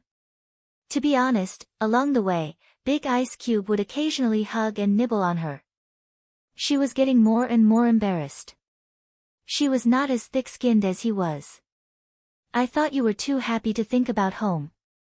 Xiao Su leaned against the wall of the carriage, his gaze falling on the delicate and charming person in front of him as he teased. Who was the one who was too happy to think about home? Fortunately, she had insisted on changing carriages at the last stop. Otherwise, she would not be able to bear the embarrassment of riding on the same horse in public. In any case, she, Chu Qingyan, was a big shot. She still had to stay in Jiangnan, okay? Xiao Su knew what she was thinking and stopped teasing her. He was satisfied with the tofu he had taken along the way. It was not good to push her too far. He still had to think about his future welfare. There was a large crowd at the entrance of the Chu mansion. After receiving the news, Mr. and Mrs. Chu, Jin Ling, Yang Xiaohuan, Qingyan Luo, Ethereal, and Xining and Hua Xiu all stretched their necks and waited for their return. When the carriage appeared at the intersection, they waved at it happily. They were finally back. Once the carriage came to a stop, Chu Qingyan jumped down from the carriage and ran happily towards the people waiting for her. Father, mother, everyone, I'm back. It's good that you're back. When you left, your father and I were worried about you. Mrs. Chu patted her head and said excitedly. I won't do it again. Chu Qingyan said guiltily. Master, you're back. Jean Ling and the others came forward to welcome him. Son-in-law, hurry up and get out of the car. Dan Nyang has made chicken soup for you. It's very nutritious. If you don't drink it, father will drink it all. Father Chu was bouncing in front of the car, dancing with joy. When Xiao Su lifted the curtain of the carriage, he saw this scene. The crowd was waiting happily, lively, real, and worried. It was a feeling that he had never experienced before. The warmth melted the ice in her heart. Bit by bit, it fell to the ground, took root, and began to flourish. Yes. The group of people entered the mansion in a lively manner. This was a day for a big reunion, so Chu Machen's mother ordered the kitchen to prepare a welcoming dinner for tonight. Even Hua Xiaoli was left behind. Chu Qingyan changed into a clean set of clothes and walked to the main hall. She heard that the kitchen had prepared many of her favorite dishes. Although she had tasted many local delicacies, she preferred home-cooked dishes. She walked forward with light steps. As soon as she entered the main hall, she saw that almost everyone was present. She looked around and saw that there was only one seat beside Big Ice. She was about to go forward when she saw Cheng Yenluo and the others looking at her ambiguously. She coughed softly and sat down as if nothing had happened. Xiao Su saw that she had changed into a woman's clothes. She looked elegant and beautiful, and a smile appeared in his eyes. He picked up a chicken drumstick and put it in her bowl. Honey-glazed chicken drumstick. Try it. Chu Qingyan put it in her mouth naturally. However, before she could take a bite, she received ambiguous looks from everyone again. She was speechless. What was wrong with them? At this moment, Hua Xiaoli, who was sitting on Chu Qingyan's left, came over and winked in Xiao Su's direction. Tell me honestly. Did something happen when you were out? Why do I feel that you two are so close to each other this time? Ah. Hua Xiaoli's words reminded her of the scene on the tree that day, as well as the two of them in the carriage and on the back of the horse. They were so intimate. Did something happen? Chu Qingyan swallowed the meat in her mouth, her eyes drifting away. When Hua Xiaoli saw her like this, she knew that there was something fishy going on. Just as she was about to say something, someone announced from outside the door. Official Lin has arrived. No one noticed that the meatball in Hua Xiaoli's chopsticks fell into her bowl. Lin Fengyi walked in. He was still wearing his official robe. It was obvious that he had just come from the yamen. He looked travel-worn. Why did he come back? Hua Xiaoli finally found her voice and asked in a stutter. Chu Qingyan did not notice her voice, but Xiao Su, who was standing beside her, glanced at her. A strange smile appeared on his face as he said, I sent someone to tell him. Hua Xiaoli's mouth twitched. Enemies were bound to meet on a narrow road. Previously, she couldn't find him no matter how hard she tried. Now that she didn't want to see him, he actually appeared. It really made her angry. Xiao Su, Qingyan, you were gone for so long this time. If I didn't have something to ask of you, I wouldn't have known that you left Jiangnan. Lin Fengyi's gaze lingered on the two of them. He kept smiling, as if he was mocking them. Chu Qingyan could tell that there was a hidden meaning in his words. However, she clearly left because of an urgent matter. Why did everyone look like she was the one who abandoned her family and husband? You talk too much. Let's find a place to sit. Xiao Su glared at him, telling him to stop before he went too far. He was used to seeing his good friend protect his wife. He took advantage of the situation and glanced at the table. Then, he sat down beside Hua Xiaoli. He had already seen her when he entered the door. However, this little rabbit looked like she didn't want to see him. Let's eat and chat. Otherwise, the dishes will get cold. Mother Chu greeted everyone with a smile. Thus, the wine cups were exchanged. It was lively and comfortable. Lin Fengyi picked up a piece of pork rib and placed it in the bowl beside him. He leaned over and asked in a low voice, "Then why did you leave without saying goodbye this morning?" Hua Xiaoli looked at the pork rib in the bowl and listened to his casual words. An inexplicable anger flared in her heart. Why was he the one who took advantage of her? Was he the one who couldn't find her? Was he the one who was pretending at this time? She clenched the chopsticks in her hand. Suddenly, she put them down and stood up. "Qing Yan, I suddenly remembered that I need to go to a restaurant to collect the bill. I won't stay. Next time, I'll treat you. Goodbye." After speaking, Hua Xiaoli strode out of the hall without looking at the people around her. This sudden unforeseen event left everyone scratching their heads in confusion. "You guys eat first. I also remembered that I have something to deal with at the yamen. I'll take my leave first. I'll come again another day." The moment Hua Xiaoli left, Lin Fengyi also stood up. He apologized in a gentle and refined manner. After drinking a cup of wine to apologize, he also left. Is Hua Xiaoli angry? Chu Qingyan was puzzled. Fengyi followed her. "You don't have to worry." Xiao Su picked up some food with his chopsticks. Chu Qingyan looked at his calm appearance. Thinking back to Lin Fengyi's words, she couldn't help pursing her lips into a smile. Perhaps something interesting had happened while she was away. Chapter 837. Just as Xiao Su expected, Lin Fengyi chased after Hua Xiao. Just as Hua Xiao walked out of the door, a hand reached out from behind and grabbed her wrist. She was not prepared and was brought to a side alley. "Hey, are you crazy? What are you doing?" Hua Xiao only had time to see the tall figure in front of her. She did not need to guess to know who he was. Just as she finished speaking, she was pushed against the wall in the alley. "Are you hiding from me?" The questioning tone was firm.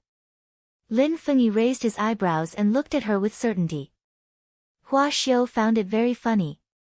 Shouldn't she be the one asking this question? What position did he have? "I'm hiding from you. I didn't do anything wrong. Is there a need to hide from you?" Hua Xiao could not help but choke. "Oh." Lin Fengyi looked at her inquisitively. Hua Xiao could not stand his gaze and felt uncomfortable all over. She felt like a fish on the chopping board, waiting to be slaughtered. "You, on the other hand, did something wrong and still have the reason to shout at me. Hurry up and leave. You're really an eyesore." Hua Xiao growled at him. She was afraid that someone familiar would recognize her, so she deliberately lowered her voice. Lin Fengyi felt that this angry little bunny was extremely cute. It was really pleasing to the eye. He had a playful feeling. He tapped her wrist lightly with his finger and leaned forward. From an outsider's perspective, the two of them were pressed together without any gap. You, what do you want to do?" The person in front of her did not speak and suddenly leaned over. They were originally standing very close to each other, but now they were almost touching. Hua Xiao's hair stood on end and her voice trembled. "Didn't you say that I did something wrong? I really want to know what I did wrong." He leaned close to her ear and breathed into her sensitive earlobe as he teased her. He still had the face to ask. Hua Xiao flew into a rage out of humiliation. Her other hand that was not suppressed pushed him away. He did not seem to expect that he would be pushed away by her like this. His other hand was also freed. Lin Fengyi used her strength and backed up against the wall. Seeing her vigilant and angry look, he could not help but laugh until he bent over. Hua Xiao still wanted to beat him up, although the chances of winning were not high. However, when she saw his overjoyed expression, she subconsciously stopped in her tracks. Although she didn't like to play with words and ink, due to her father's exhortations, she had more or less learned some ink. Now that she saw Lin Fengyi's unguarded smile, she didn't know what words to use to describe it. She only thought of a passage from a book. For the son of the master, if you add a little more, it will be too long, if you subtract a little less, it will be too short. If you add powder, it will be too white, and if you add vermilion, it will be too red.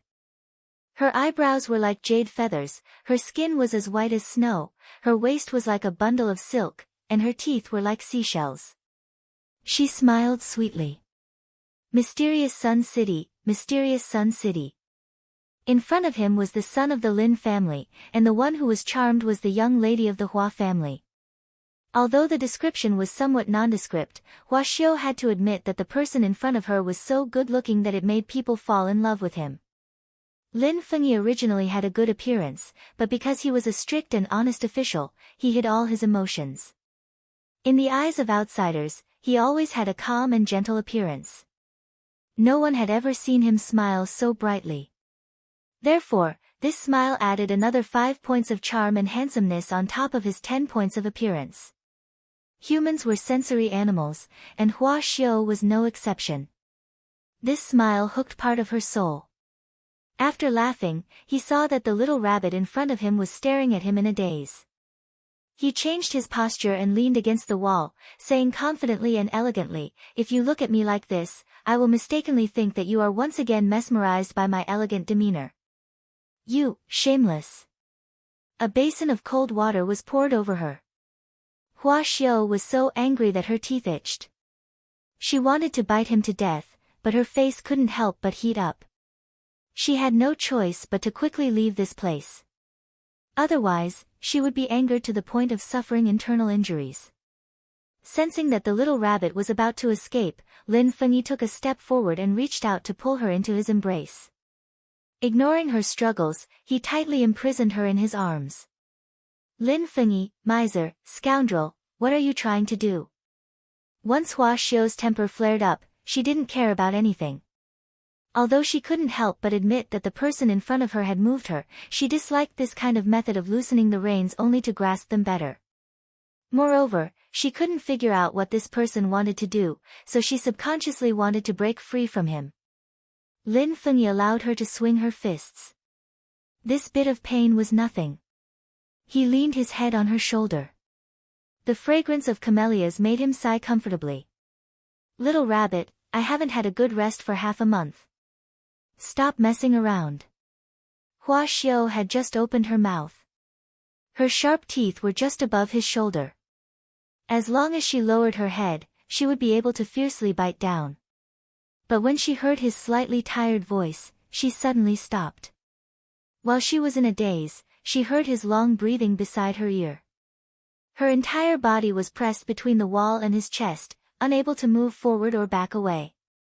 She wanted to push him away. She also knew that she could push him away. Because his hands were wrapped around her waist and he wasn't holding her tightly. But she didn't know why, but her hands didn't have the strength to push him away. She lowered her eyes. It should be because she couldn't bear to. When she heard his pitiful words, her heart softened. Maybe it was like he said. In this half a month, he had been too busy, so he didn't have time to look for her. Hua Xiu comforted herself. She didn't know when it started, but she had started to excuse him. But if the truth wasn't like this, she had thousands of ways to make him regret. At this moment, under the warm sun and the gentle breeze, her white clothes fluttered. She chose to temporarily put down her emotions and accompany him as they leaned against each other to sleep. These past few days, she hadn't had a good sleep. Smelling his scent and leaning against his thick and steady chest, she felt as if she was bathing in the sunlight of the grassland. Sleepiness slowly attacked her. At the end of spring and the beginning of summer, the days seemed to be longer. The setting sun pulled the shadows of the two tightly hugging each other long and slanted along the wall. After an unknown amount of time, the sun set in the west, leaving only a bit of afterglow. "Sir." A hurried voice sounded beside the two of them. Lin Fengyi greedily took a deep breath of her fragrance before letting go and turning to his subordinate. Hua Xiu was leaning against the wall with sleepy eyes and looked at the person who had come. It was a bailiff from the yamen. He had his head lowered and didn't dare to look at the two of them. He seemed to be worried that he had disturbed the two of them, but he spoke quickly in a language that she couldn't understand. Hua Xiu felt that he should be busy with something, but when she thought of the two of them hugging each other, she felt awkward. While he was talking to the bailiff, she slipped away. Now wasn't the time to talk about love. Lin Fengyi turned around and smiled. Little rabbit, you ate me clean, so you have to be responsible for me. Just as Lin Fengyi finished speaking, the person not far away lost her footing and almost fell.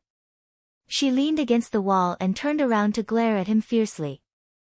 Then she left without looking back. Lin Fengyi looked at her back and was full of smiles. But when he turned around, his expression had returned to his usual cold and righteous expression. Return to the yamen. Chapter 838. Still worried? In the courtyard, Xiaosu walked towards the person standing under the tree with a thin cloak in his hand. As he spoke, he had already draped it over her shoulders. Chu Qingyan turned to look at him and sighed faintly.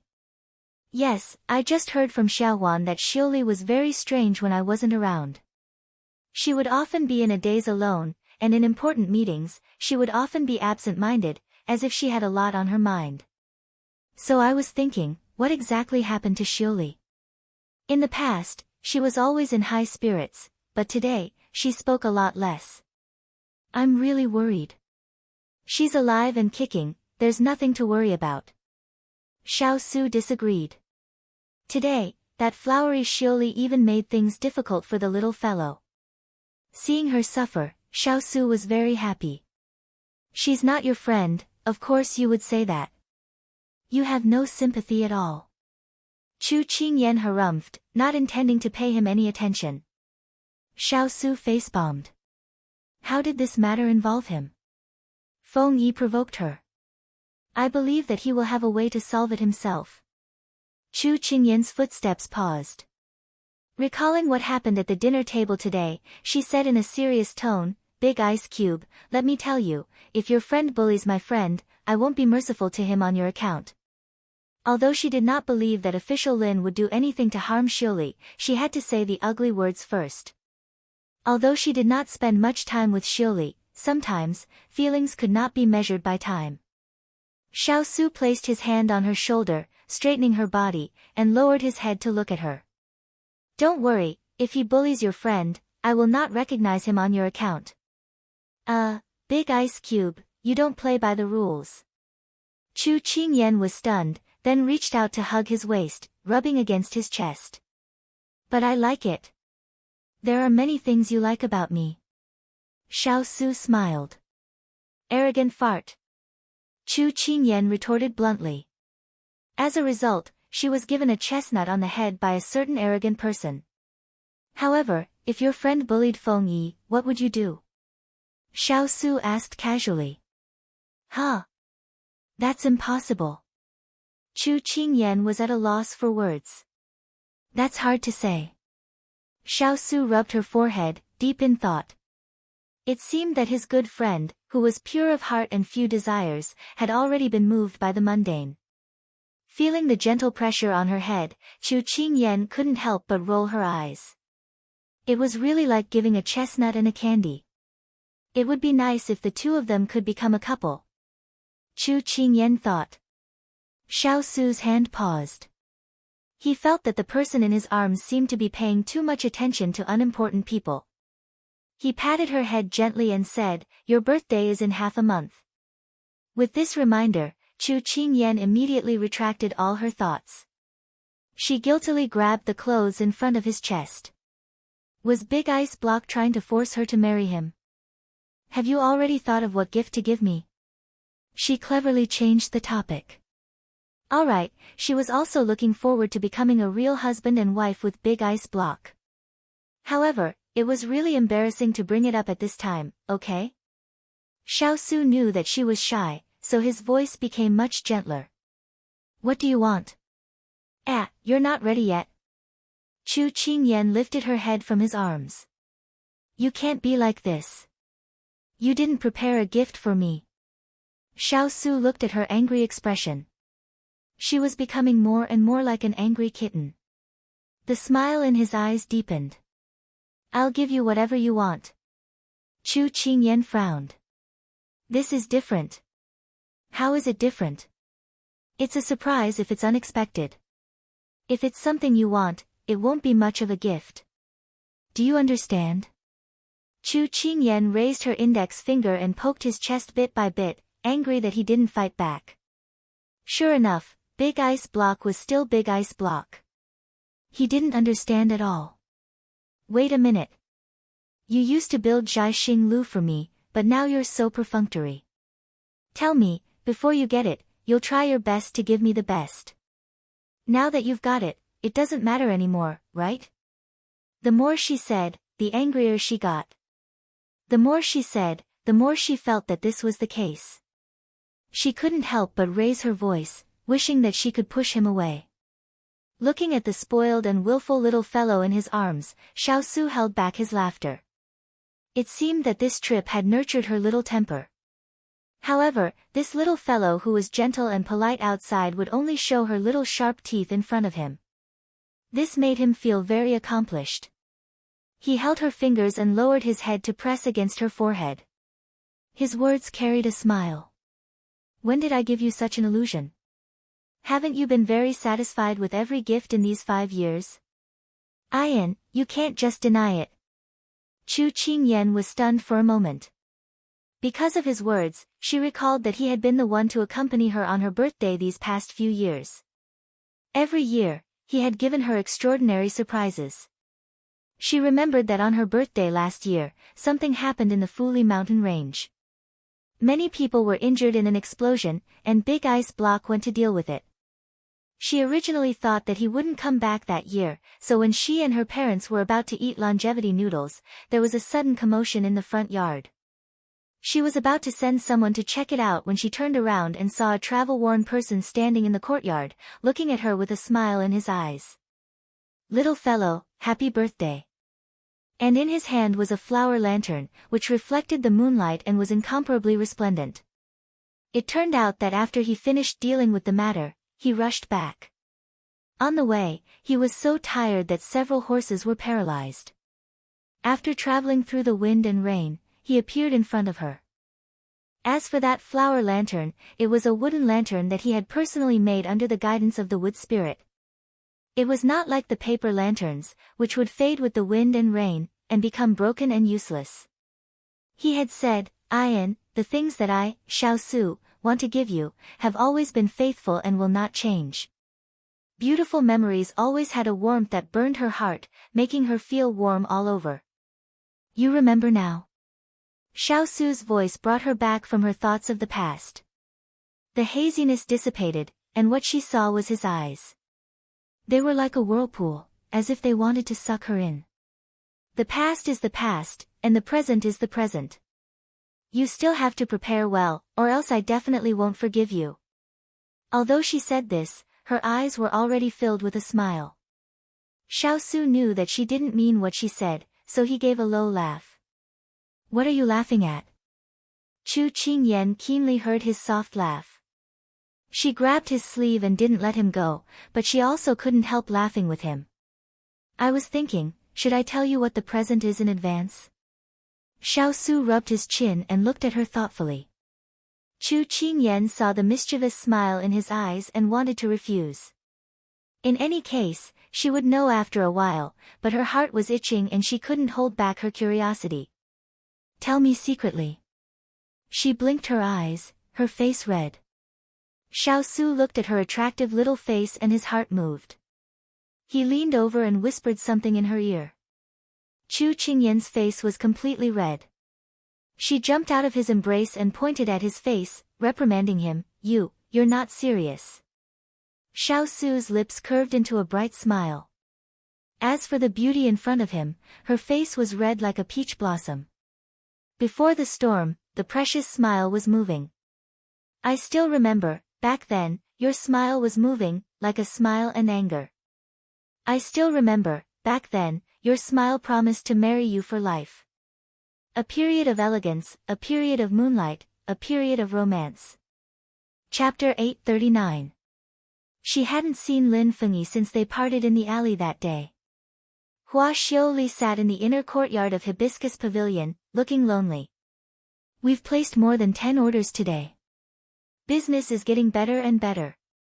Chu Qingyan flipped through the list in her hand, propping up her chin with a smile. Recently, the continuation brand had released many new products.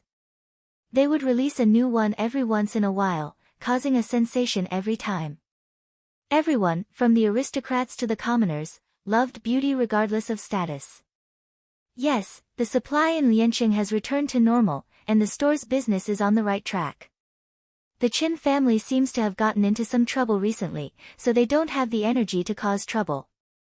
We can rest easy now.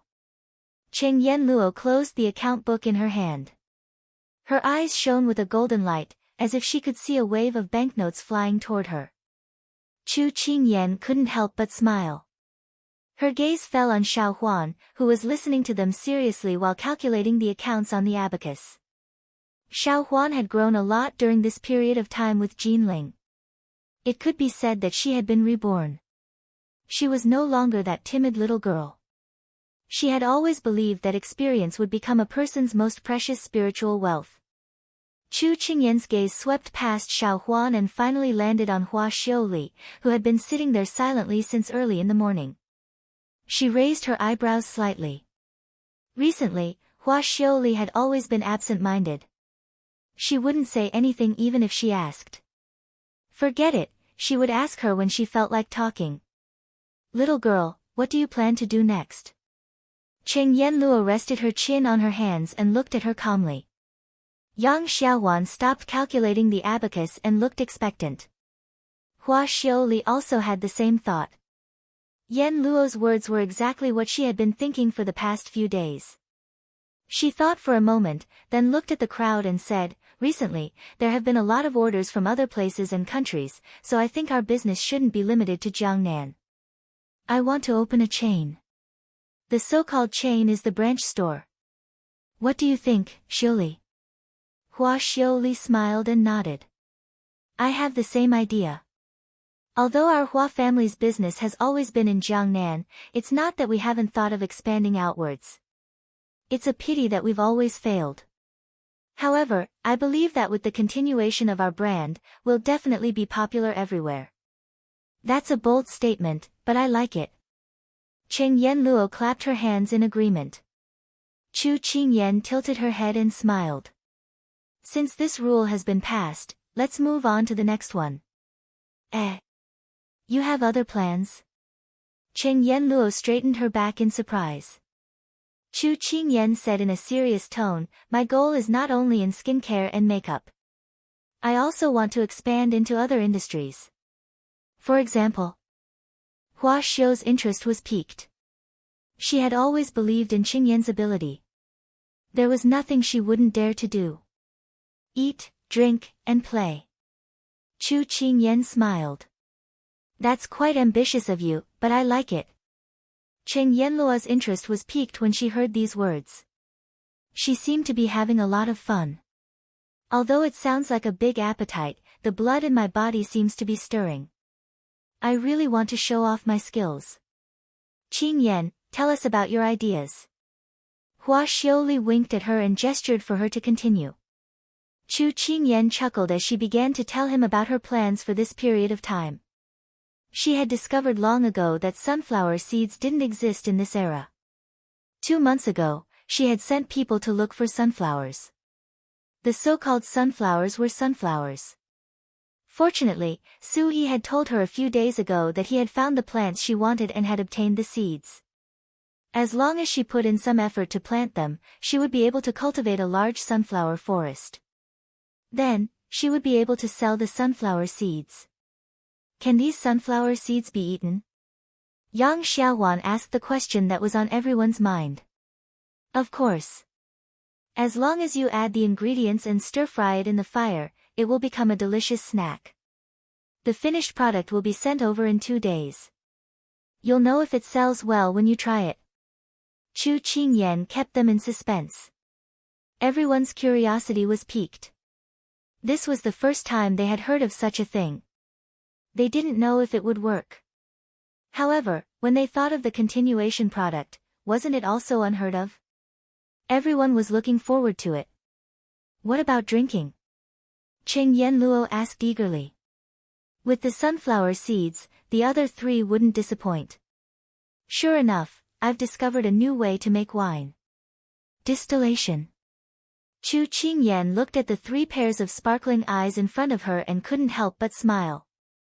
Then, she began to explain the method of making wine. Her mouth was dry. After she finished, she saw the 3 gluttonous cats drooling. Little girl, what about the wine? Is there a finished product? I want to have a sip. Cheng Yenluo licked the corner of her mouth. Her eyes were shining. Me too, Hua Xiuli and Yang Xiaohuan said in unison. Chu Qingyan immediately raised her hand to signal them to calm down. The equipment is more troublesome. I drew the blueprint a few days ago and asked Mu Ling to design it for me. After calculating the time, it should arrive in Jiangnan in 2 days. I'll personally make it for you to try. Yay! Then it's settled. I'm drooling just thinking about it. Chu Qingyan wiped the cold sweat on her forehead. If she had known about this, she would have waited for the finished product to be ready before telling them. Otherwise, she would have been annoyed to death by them before the wine was ready. But since we're going to make wine, it seems that we have to start planting grapes. This is a huge project. Grapes are precious and difficult to raise. It's really a headache. Hua Xiuli woke up from her joy and began to plan for the long term. Chu Qingyan nodded, but her tone was not worried. I've already thought about this before. I've sent people to search for the vineyards in several villages in the north. Because it's relatively remote and the transportation is not convenient, few people know about it. I've already negotiated a deal with Su'er. They will provide us with the raw materials. As expected of a little girl. It turns out that you've already started preparing for it.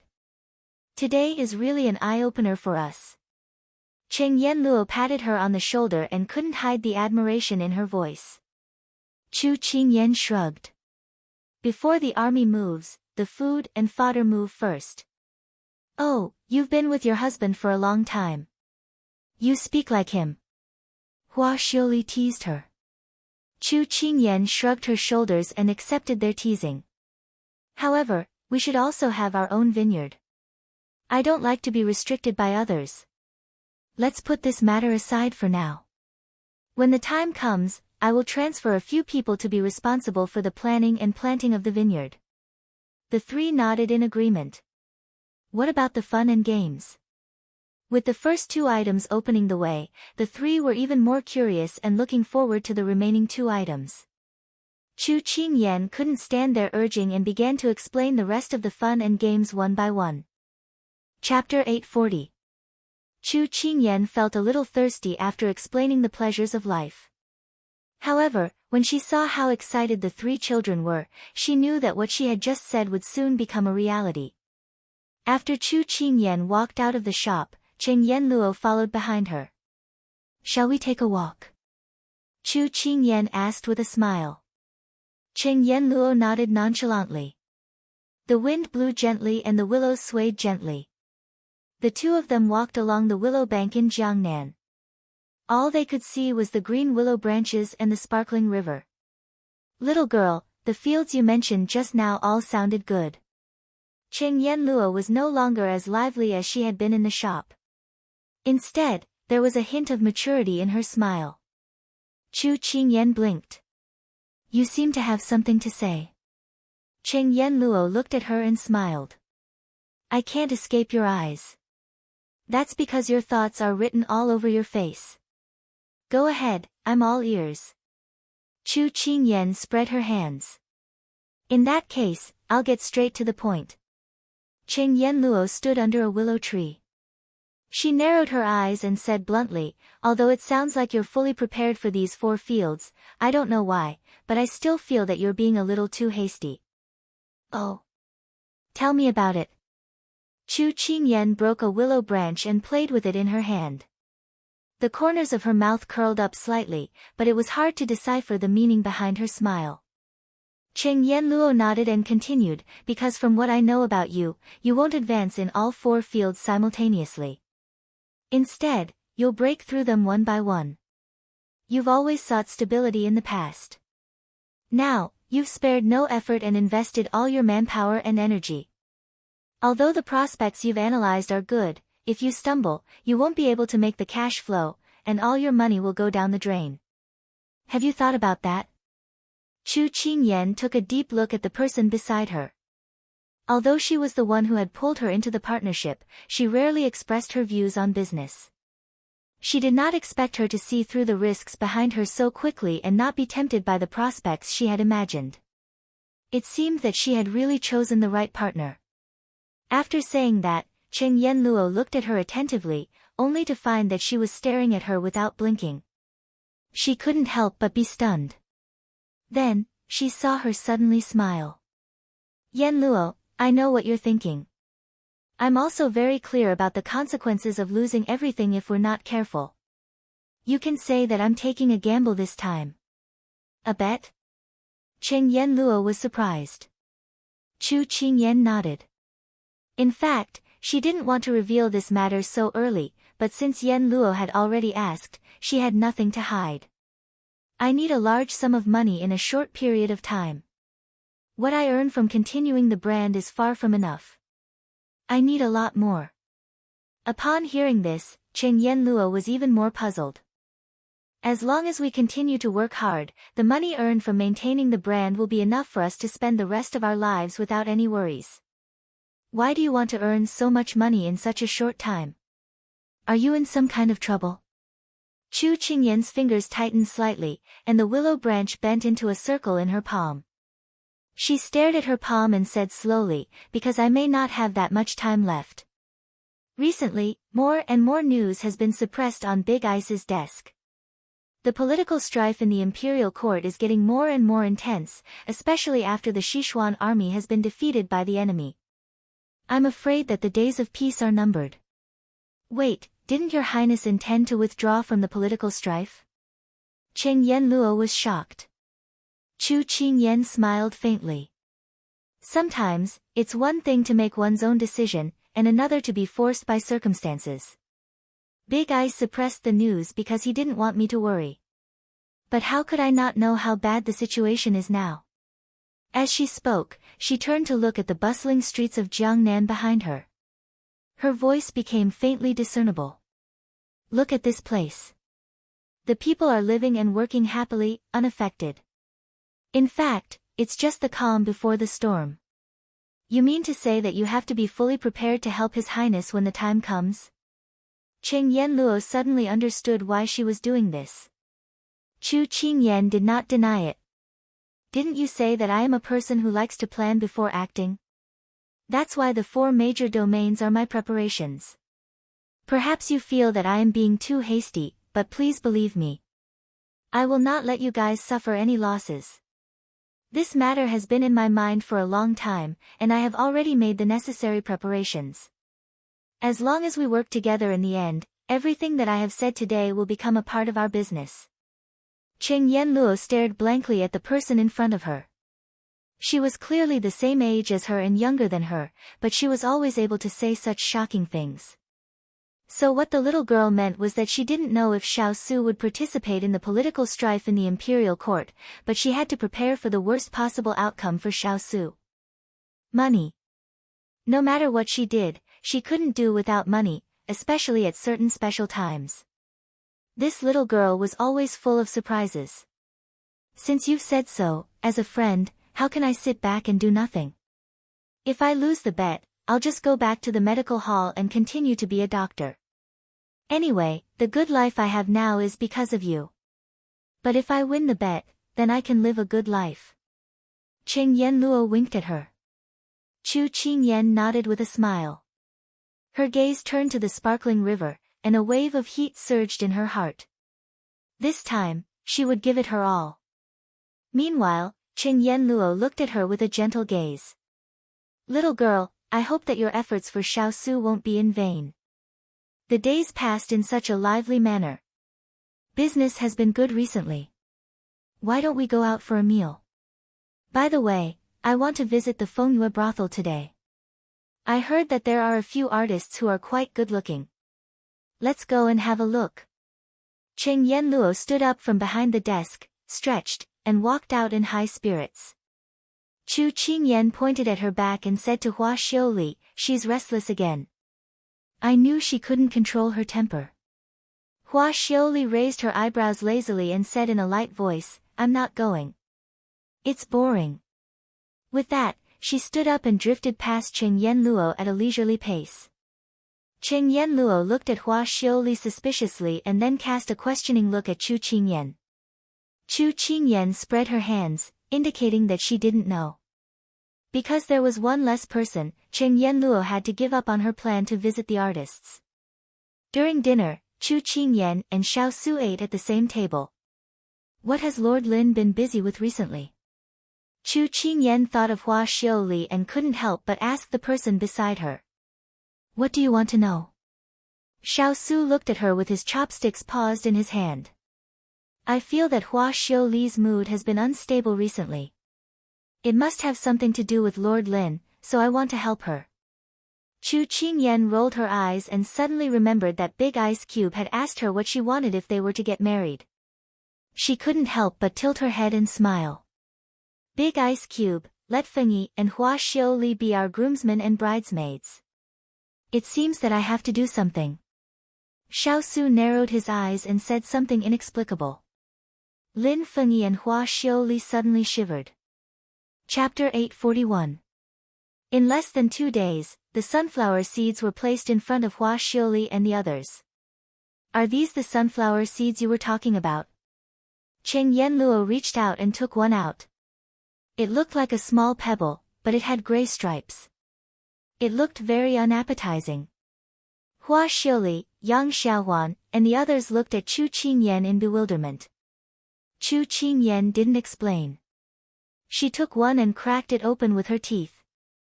Then, she rolled the seeds into her mouth and chewed. She sighed and said, "Delicious." The other 3 followed suit. When they tasted the fruit, they were instantly shocked. Then, they picked up another one and ate it. They couldn't stop eating as if they were possessed by gluttons. Wow, this is the first time I've eaten such a delicious snack. Qingyan, I'm impressed. Hua Xiaoli gave her a thumbs up as she continued eating. This is unheard of. You're too good at finding treasures. Cheng Yenluo quickly stuffed the seeds into her mouth. Yang Xiaohuan, on the other hand, used her actions to prove her master's praise.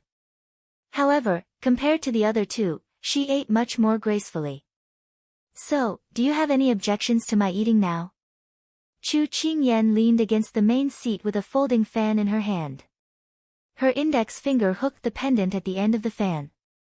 She swung the folding fan in a flirtatious manner. The 3 of them looked at each other and gave her a thumbs up in unison. Chu Qingyan smiled freely and elegantly. Sometimes, facts spoke louder than words. I've already told them how to fry the sunflower seeds. When the time comes, as long as you don't let anyone leak it, our market will be huge. However, sunflower seeds alone aren't enough. At this point, Chu Qingyan turned to Hua Xiaoli and said, Xiaoli, use your connections to find a pastry expert. We have to expand the snack industry. Then, she instructed Cheng Yenluo, use your medical skills to research a few healthy snacks. We have to go the route that no one else has taken. After that, Chu Qingyan called out to Yang Xiaohuan. Xiaohuan, I'll give you 10 days to help me recruit people. You can't just make up the numbers. They have to go through a selection process. The most important thing is loyalty. The sooner the better because we'll be investing in manpower and resources soon. The 3 of them nodded and accepted the task. They didn't know when it started, but Chu Qingyan stood out among them and became the leader. It should be her ability. She was smart, knowing how to seize opportunities and understand the psychology of customers. She had endless creative ideas. It was just like how some people were born to be leaders, and Chu Qingyan was the one they looked up to. They were willing to submit to her. After assigning the tasks, everyone dispersed. Because time. After reviewing the recent accounts, Chu Qingyan stretched and stood up. It was already evening. She walked out of the door. Jean Xian, who was standing at the side, immediately followed. She wondered if Big Ice Cube was anxious from waiting. Chu Qingyan strolled along the street. The sun was about to set. Before the afterglow dissipated, the lanterns at the end of the street were lit up one by one. The wind at night was slightly hot, and the clothes of the commoners who passed by were getting thinner and thinner. Chu Qingyan raised her head slightly and looked at the roasted clouds in the sky. She thought to herself, summer is almost here. Jean Xin. Your subordinate is here. How long have you been by my side? Chu Qingyan asked casually. 4 years and 8 months. Jean Xin accurately reported the time. Chu Qingyan smiled. Time flies. I didn't expect you to still remember. Your subordinate's life was saved by you. I will never forget it. Jean Xin replied respectfully. Chu Qingyan sighed softly. You have helped me a lot over the years. Don't mention the things of the past. Have you recalled any memories of the past? Jean Xin paused. Some time ago, there were some shadows in my mind. I don't know if they are memories of the past. But recently, I can't recall them. Chu Qingyan's gaze froze. Then, she smiled brightly at him. If you remember, you can tell me. I can help you find your family. Thank you for your kindness, Master. But this subordinate doesn't want to know about the past. Jean Xin replied seriously. Although Chu Qingyan didn't understand, she didn't ask. If you need anything, just tell me. I will do my best to help you. Yes. Jean Xin replied. He continued to look around vigilantly to protect his master's safety. Chu Qingyan saw that he really didn't care and sighed softly in her heart. When she couldn't find out Jean Xion's identity, Big Ice Cube said that someone was deliberately covering up his past. So she thought that to be able to hide from Xiao Lai Qi and do something under their eyes, his identity shouldn't be simple. She had been waiting for Jean Xion to remember the past, but she didn't expect that she would wait for 5 years. She wasn't someone who liked to interfere with other people's private lives. But in these years, Jean Xion and Xining's relationship seemed to be getting closer. Although she thought highly of this pair, she couldn't allow any accidents to happen. She didn't want the two of them to suffer. Now that she saw that he didn't seem to care, she couldn't help shaking her head and laughing. It seemed like she was worrying too much. Jean Xion's heart was firm. Maybe if something really happened, he would be able to handle his own matters. Forget it, we'll talk about it when the time comes. She clasped her hands behind her back and slowly walked towards the residence. Just as she entered the residence, the anxious Hualing came up to greet her. My great aunt, why are you back so late? Master is about to send someone to find you. Chu Qingyan's head began to hurt when she heard this. Aren't I back now? Don't worry, I'll go find His Highness now. Hualing followed beside her and nagged, Little Princess Consort, this subordinate isn't talking too much, but we don't lack money. You don't need to work so hard, otherwise Master will be heartbroken. As soon as he said this, he met a pair of eyes with a ghost of a smile. Little Princess Consort, did this subordinate say something wrong? Hualing, have you noticed that you're becoming more and more like an old maid? After she finished speaking, Chu Qingyan looked at him from head to toe before she left. Hualing came back to his senses and tears flowed down his wide face. Isn't this subordinate worrying so much for you and Master? This subordinate is a respected cavalry lord, how can you compare me to an old maid? Heavens, Hualing felt like his knee had been hit by an arrow. Sob, he wanted to find Turin for comfort. Jean Xion looked at Hualing, who looked like he had been struck by lightning. He shook his head and followed his master in front. They quickly arrived at the courtyard. Chu Qingyan took a deep breath and walked in. She had already prepared herself to be lectured by the Big Ice Cube, but when she looked up and saw the person sitting at the table, she couldn't help being stunned. Kai, come over quickly. I've been waiting for you for so long that I've almost starved to death. Father Chu happily waved at her. Mother Chu on the side smiled and said, we came together today.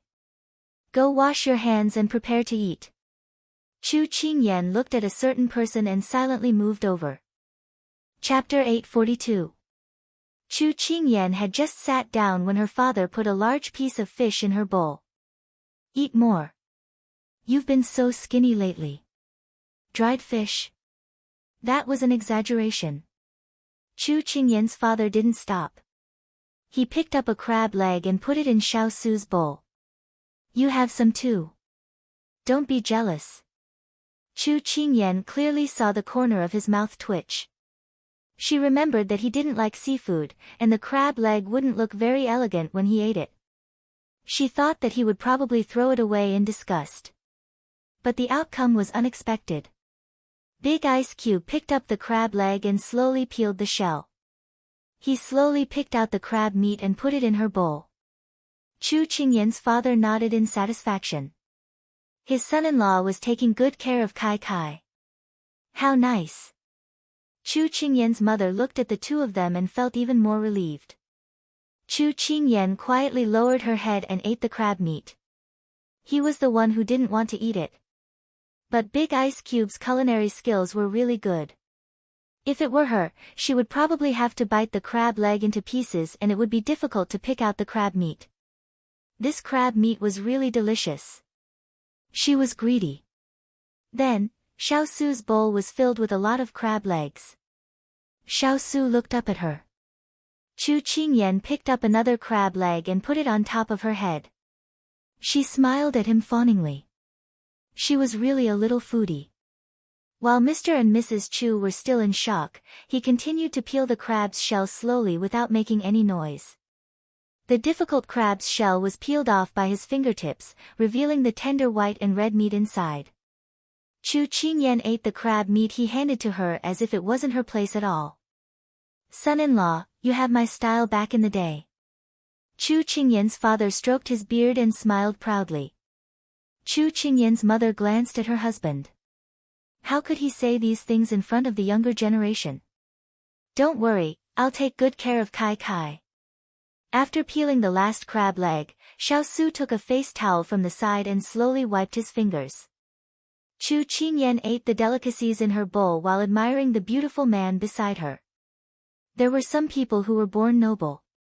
No matter what they did, there would always be a kind of noble aura. For example, this person who had just finished peeling shells, which sounded very incompatible with his status, made people feel that his actions were elegant and calm. It was as if he was not peeling shells, but wiping a sword. She sighed as she ate.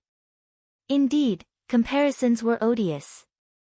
She heard every word of the conversation at the banquet, and her face turned slightly red. Big Ice Cube always acted like a gentleman in front of her parents, but in private, he was a bad guy who liked to take advantage of others and was calculative about every little thing.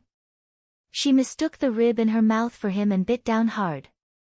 Therefore, after the meal, Mr. and Mrs. Chu came in high spirits and left. I'm going to send father and mother off. Just as she was about to turn around, someone grabbed her collar from behind, and a voice that seemed to be laughing yet not laughing entered her ears. Don't go and never come back. Chu Qingyan shrunk her neck. Big Ice Cube is the one who knows me best. Okay. I'll be back soon. After she got her freedom, she immediately followed the person in front of her. Kai Kai, you have to get along well with His Highness. Don't bully him. Mrs. Chu held her hand and said. He's the one who bullies me, okay? Mother, you're helping an outsider. Daughter, if our son-in-law treats you badly, you can tell me. I'll teach him a lesson for you. Mr. Chu said with his hands on his waist and narrowed his eyes. Father is the best. She nodded heavily. But he looks like a good man who protects his wife, just like father. So father is relieved. Chu Machin's father patted his daughter's head and praised himself. Then, he left the courtyard happily with his wife. Chu Qingyan was petrified on the spot. The fallen leaves flew, and it was so sad. Sigh, if one day she quarreled with Big Ice Cube, father and mother would definitely think that she bullied him. This was the advantage of having a mother-in-law and father-in-law. Once a family coup happened, everyone would be on the opposite side of her. No, she had to pull Big Ice Cube into her camp. That way, nothing would happen. Thinking of this, she walked back with light steps. When she walked to the center of the courtyard, Little High and Little Annoyance, who had followed her scent, surrounded her. Glutinous Rice Ball and the other two little ones rubbed against her legs and acted coquettishly. Little High and Little Annoyance still didn't like each other. She had been busy with business these 2 days and didn't have time to play with them. She couldn't help but feel a little guilty. Because Ethereal said that these animals were very intelligent and could understand human language. They also recognized her as their master. As long as she treated them well, they would follow her. She reached out and patted Little High and Little Annoyance's heads. She said apologetically, "I've neglected you these days. Tomorrow, I'll take you out to play." Little High was very proud and didn't want to be patted on the head. But when it heard that its master wanted to take it out to play, it couldn't help but move its head closer to her palm. Little Annoyance whimpered in enjoyment. As she spoke, Chu Qingyan squatted down and patted by Yutong and Shuebao. Then, she picked up Glutinous Rice Ball and said with a smile, "I'll take you out for a walk tomorrow. Are you happy?" Glutinous Rice Ball grinned and stuck out its tongue to lick her hand, showing that it was very happy. Right at this moment, a light cough came through the air. Before Chu Qingyan could react, the 5 beside her all cast dissatisfied gazes in the same direction. "Have you neglected them only recently?" As he spoke, a clear breath was already in front of her. Chu Qingyan cried in her heart. Sure enough, he was going to settle accounts with her. Xiao Xiao, translation, you're already an adult, yet you're still fighting with us for our affection. Awu, translation, master belongs to us. The few at the side cried at him in disdain. Xiao Su gave them a look and they immediately quieted down. Little High and Little Annoyance only looked at each other. Translation, Little Annoyance's eyes, anyway, master wants to take us out to play. Let's not lower ourselves to his level. Translation, Little High's eyes, don't bother with a loser. Let's go.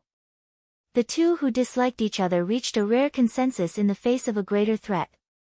After acting coquettishly in front of their master, they raised their chins and arrogantly walked away.